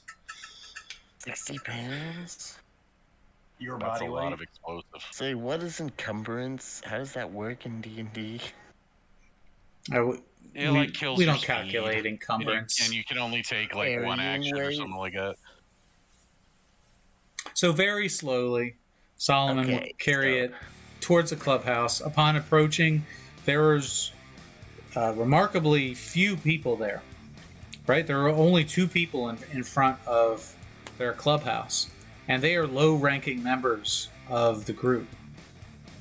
Everybody at the airstrip? And one of them responds, "Yeah, they're here to greet the rest of the gang." All right.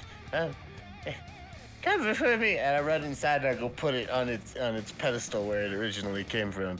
All right. Well, there's no running involved at this point, so you'll be moving at half speed, carrying this thing. Give me one more strength check to carry it inside, unless you'd like to ask one of the guys for help. You outrank them. Come here, prospect. Well, he's also a prospect. Yeah, but everybody likes Roman. That's So just you true. said this Very thing true. is 60 pounds, right? Yeah, Alright, I just it's like carrying a cooler. as far as D&D Beyond is concerned, lifting and carrying, your strength score determines the amount of weight you can bear, and the following terms define what you can lift or carry. Carry capacity is determined by your strength score multiplied by 15, which is above 80 pounds for me. I should be able to carry an urn. Yep. You can lift up to 20. I'm not or even 2 times your encumbered, carrying capacity, according to too. the rules. Yeah. Okay. My lift capacity is 600 pounds. Well, I would still like a roll, and I'll let you choose either strength, athletics, or dexterity. Can I just make an acrobatics check to be gentle with it? He somersaults it up And there. if you drop it, I'll let you roll for It's about acrobatics. Balance is acrobatics. We'll do dexterity. 19 on the die, 21. There you go. All right, so you have placed the forged urn back onto the podium. And at this point, what do you do? I guess I need to hustle up and go wait outside with the lesser members off to the side of the lesser members because I'm only prospecting, and I will wait for the formal greeting. Take a deep breath. So you're going to wait for the rest of the gang to return? Yeah. Okay. With the lesser members who are like guarding the... Yes, okay. And what's the rest of the party doing? Where are they posting up right now? Across the street. No, let's see. We don't know who is going to show up, so let's maybe like go inside. Are there any shops around? Sure. All right, so let's just go window shop. Let's go inside and browse and just keep an eye on, across the street. So there's a little candle shop. Yep, that'll work. So they sell, lanterns and candles and things. You can go in there and just pretend you guys like ignitable objects, right? Right. Perfect. And then you're just gonna kind of peek out the window as you're pretending like, oh, we're gonna buy so many candles. Like, do you offer discounts on a case? I'm smelling all the candles, Mm-hmm. and I'm holding them up to Gator's nose. Be like, here, smell this one. This smells like a pine tree. Buying that one. Ugh. All right, so everybody's waiting, and you see a group approaching. This is where we're going to end the session for tonight, and I'll give you a quick reveal. Rosa's just on the boat listening for the boom. Rosa, you're there with them, right? I mean, I assume I am. I Yes. thought we were dropping this off with the Dark Order, but okay. We got enough to make 2. Got We can it. make another one and send that to the Darker Order later. This one Yep. was time sensitive. I figured you'd just say, hey, they stole it off of me. That looks bad. Oh, hey, we know those people. Good thing we're in the candle shop. And here comes our VIP guests from the airstrip. Our good old friends from Lucha Town. Buy some more candles. It smells What's like left crap. of them? That's right. What's left of them? So ignore the background, but that's where we're going to call it for tonight. This is perfect because those firebugs framed us, and so now we're going to get a little bit of fiery revenge. There you go. Bronson, put your sword away. We're gonna make them bleed the hard way. Yeah, but check this one out. It's sandalwood.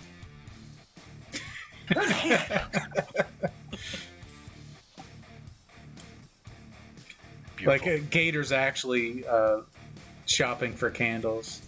He's like, oh, Although I'm horribly allergic. yeah, right. It's like, do you have any? Turns out he's allergic to beeswax.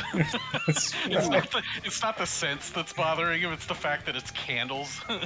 I'm also allergic to saltwater taffy.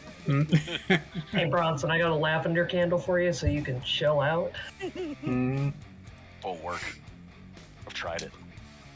Snorted pure lavender and chamomile. Doesn't take the edge off.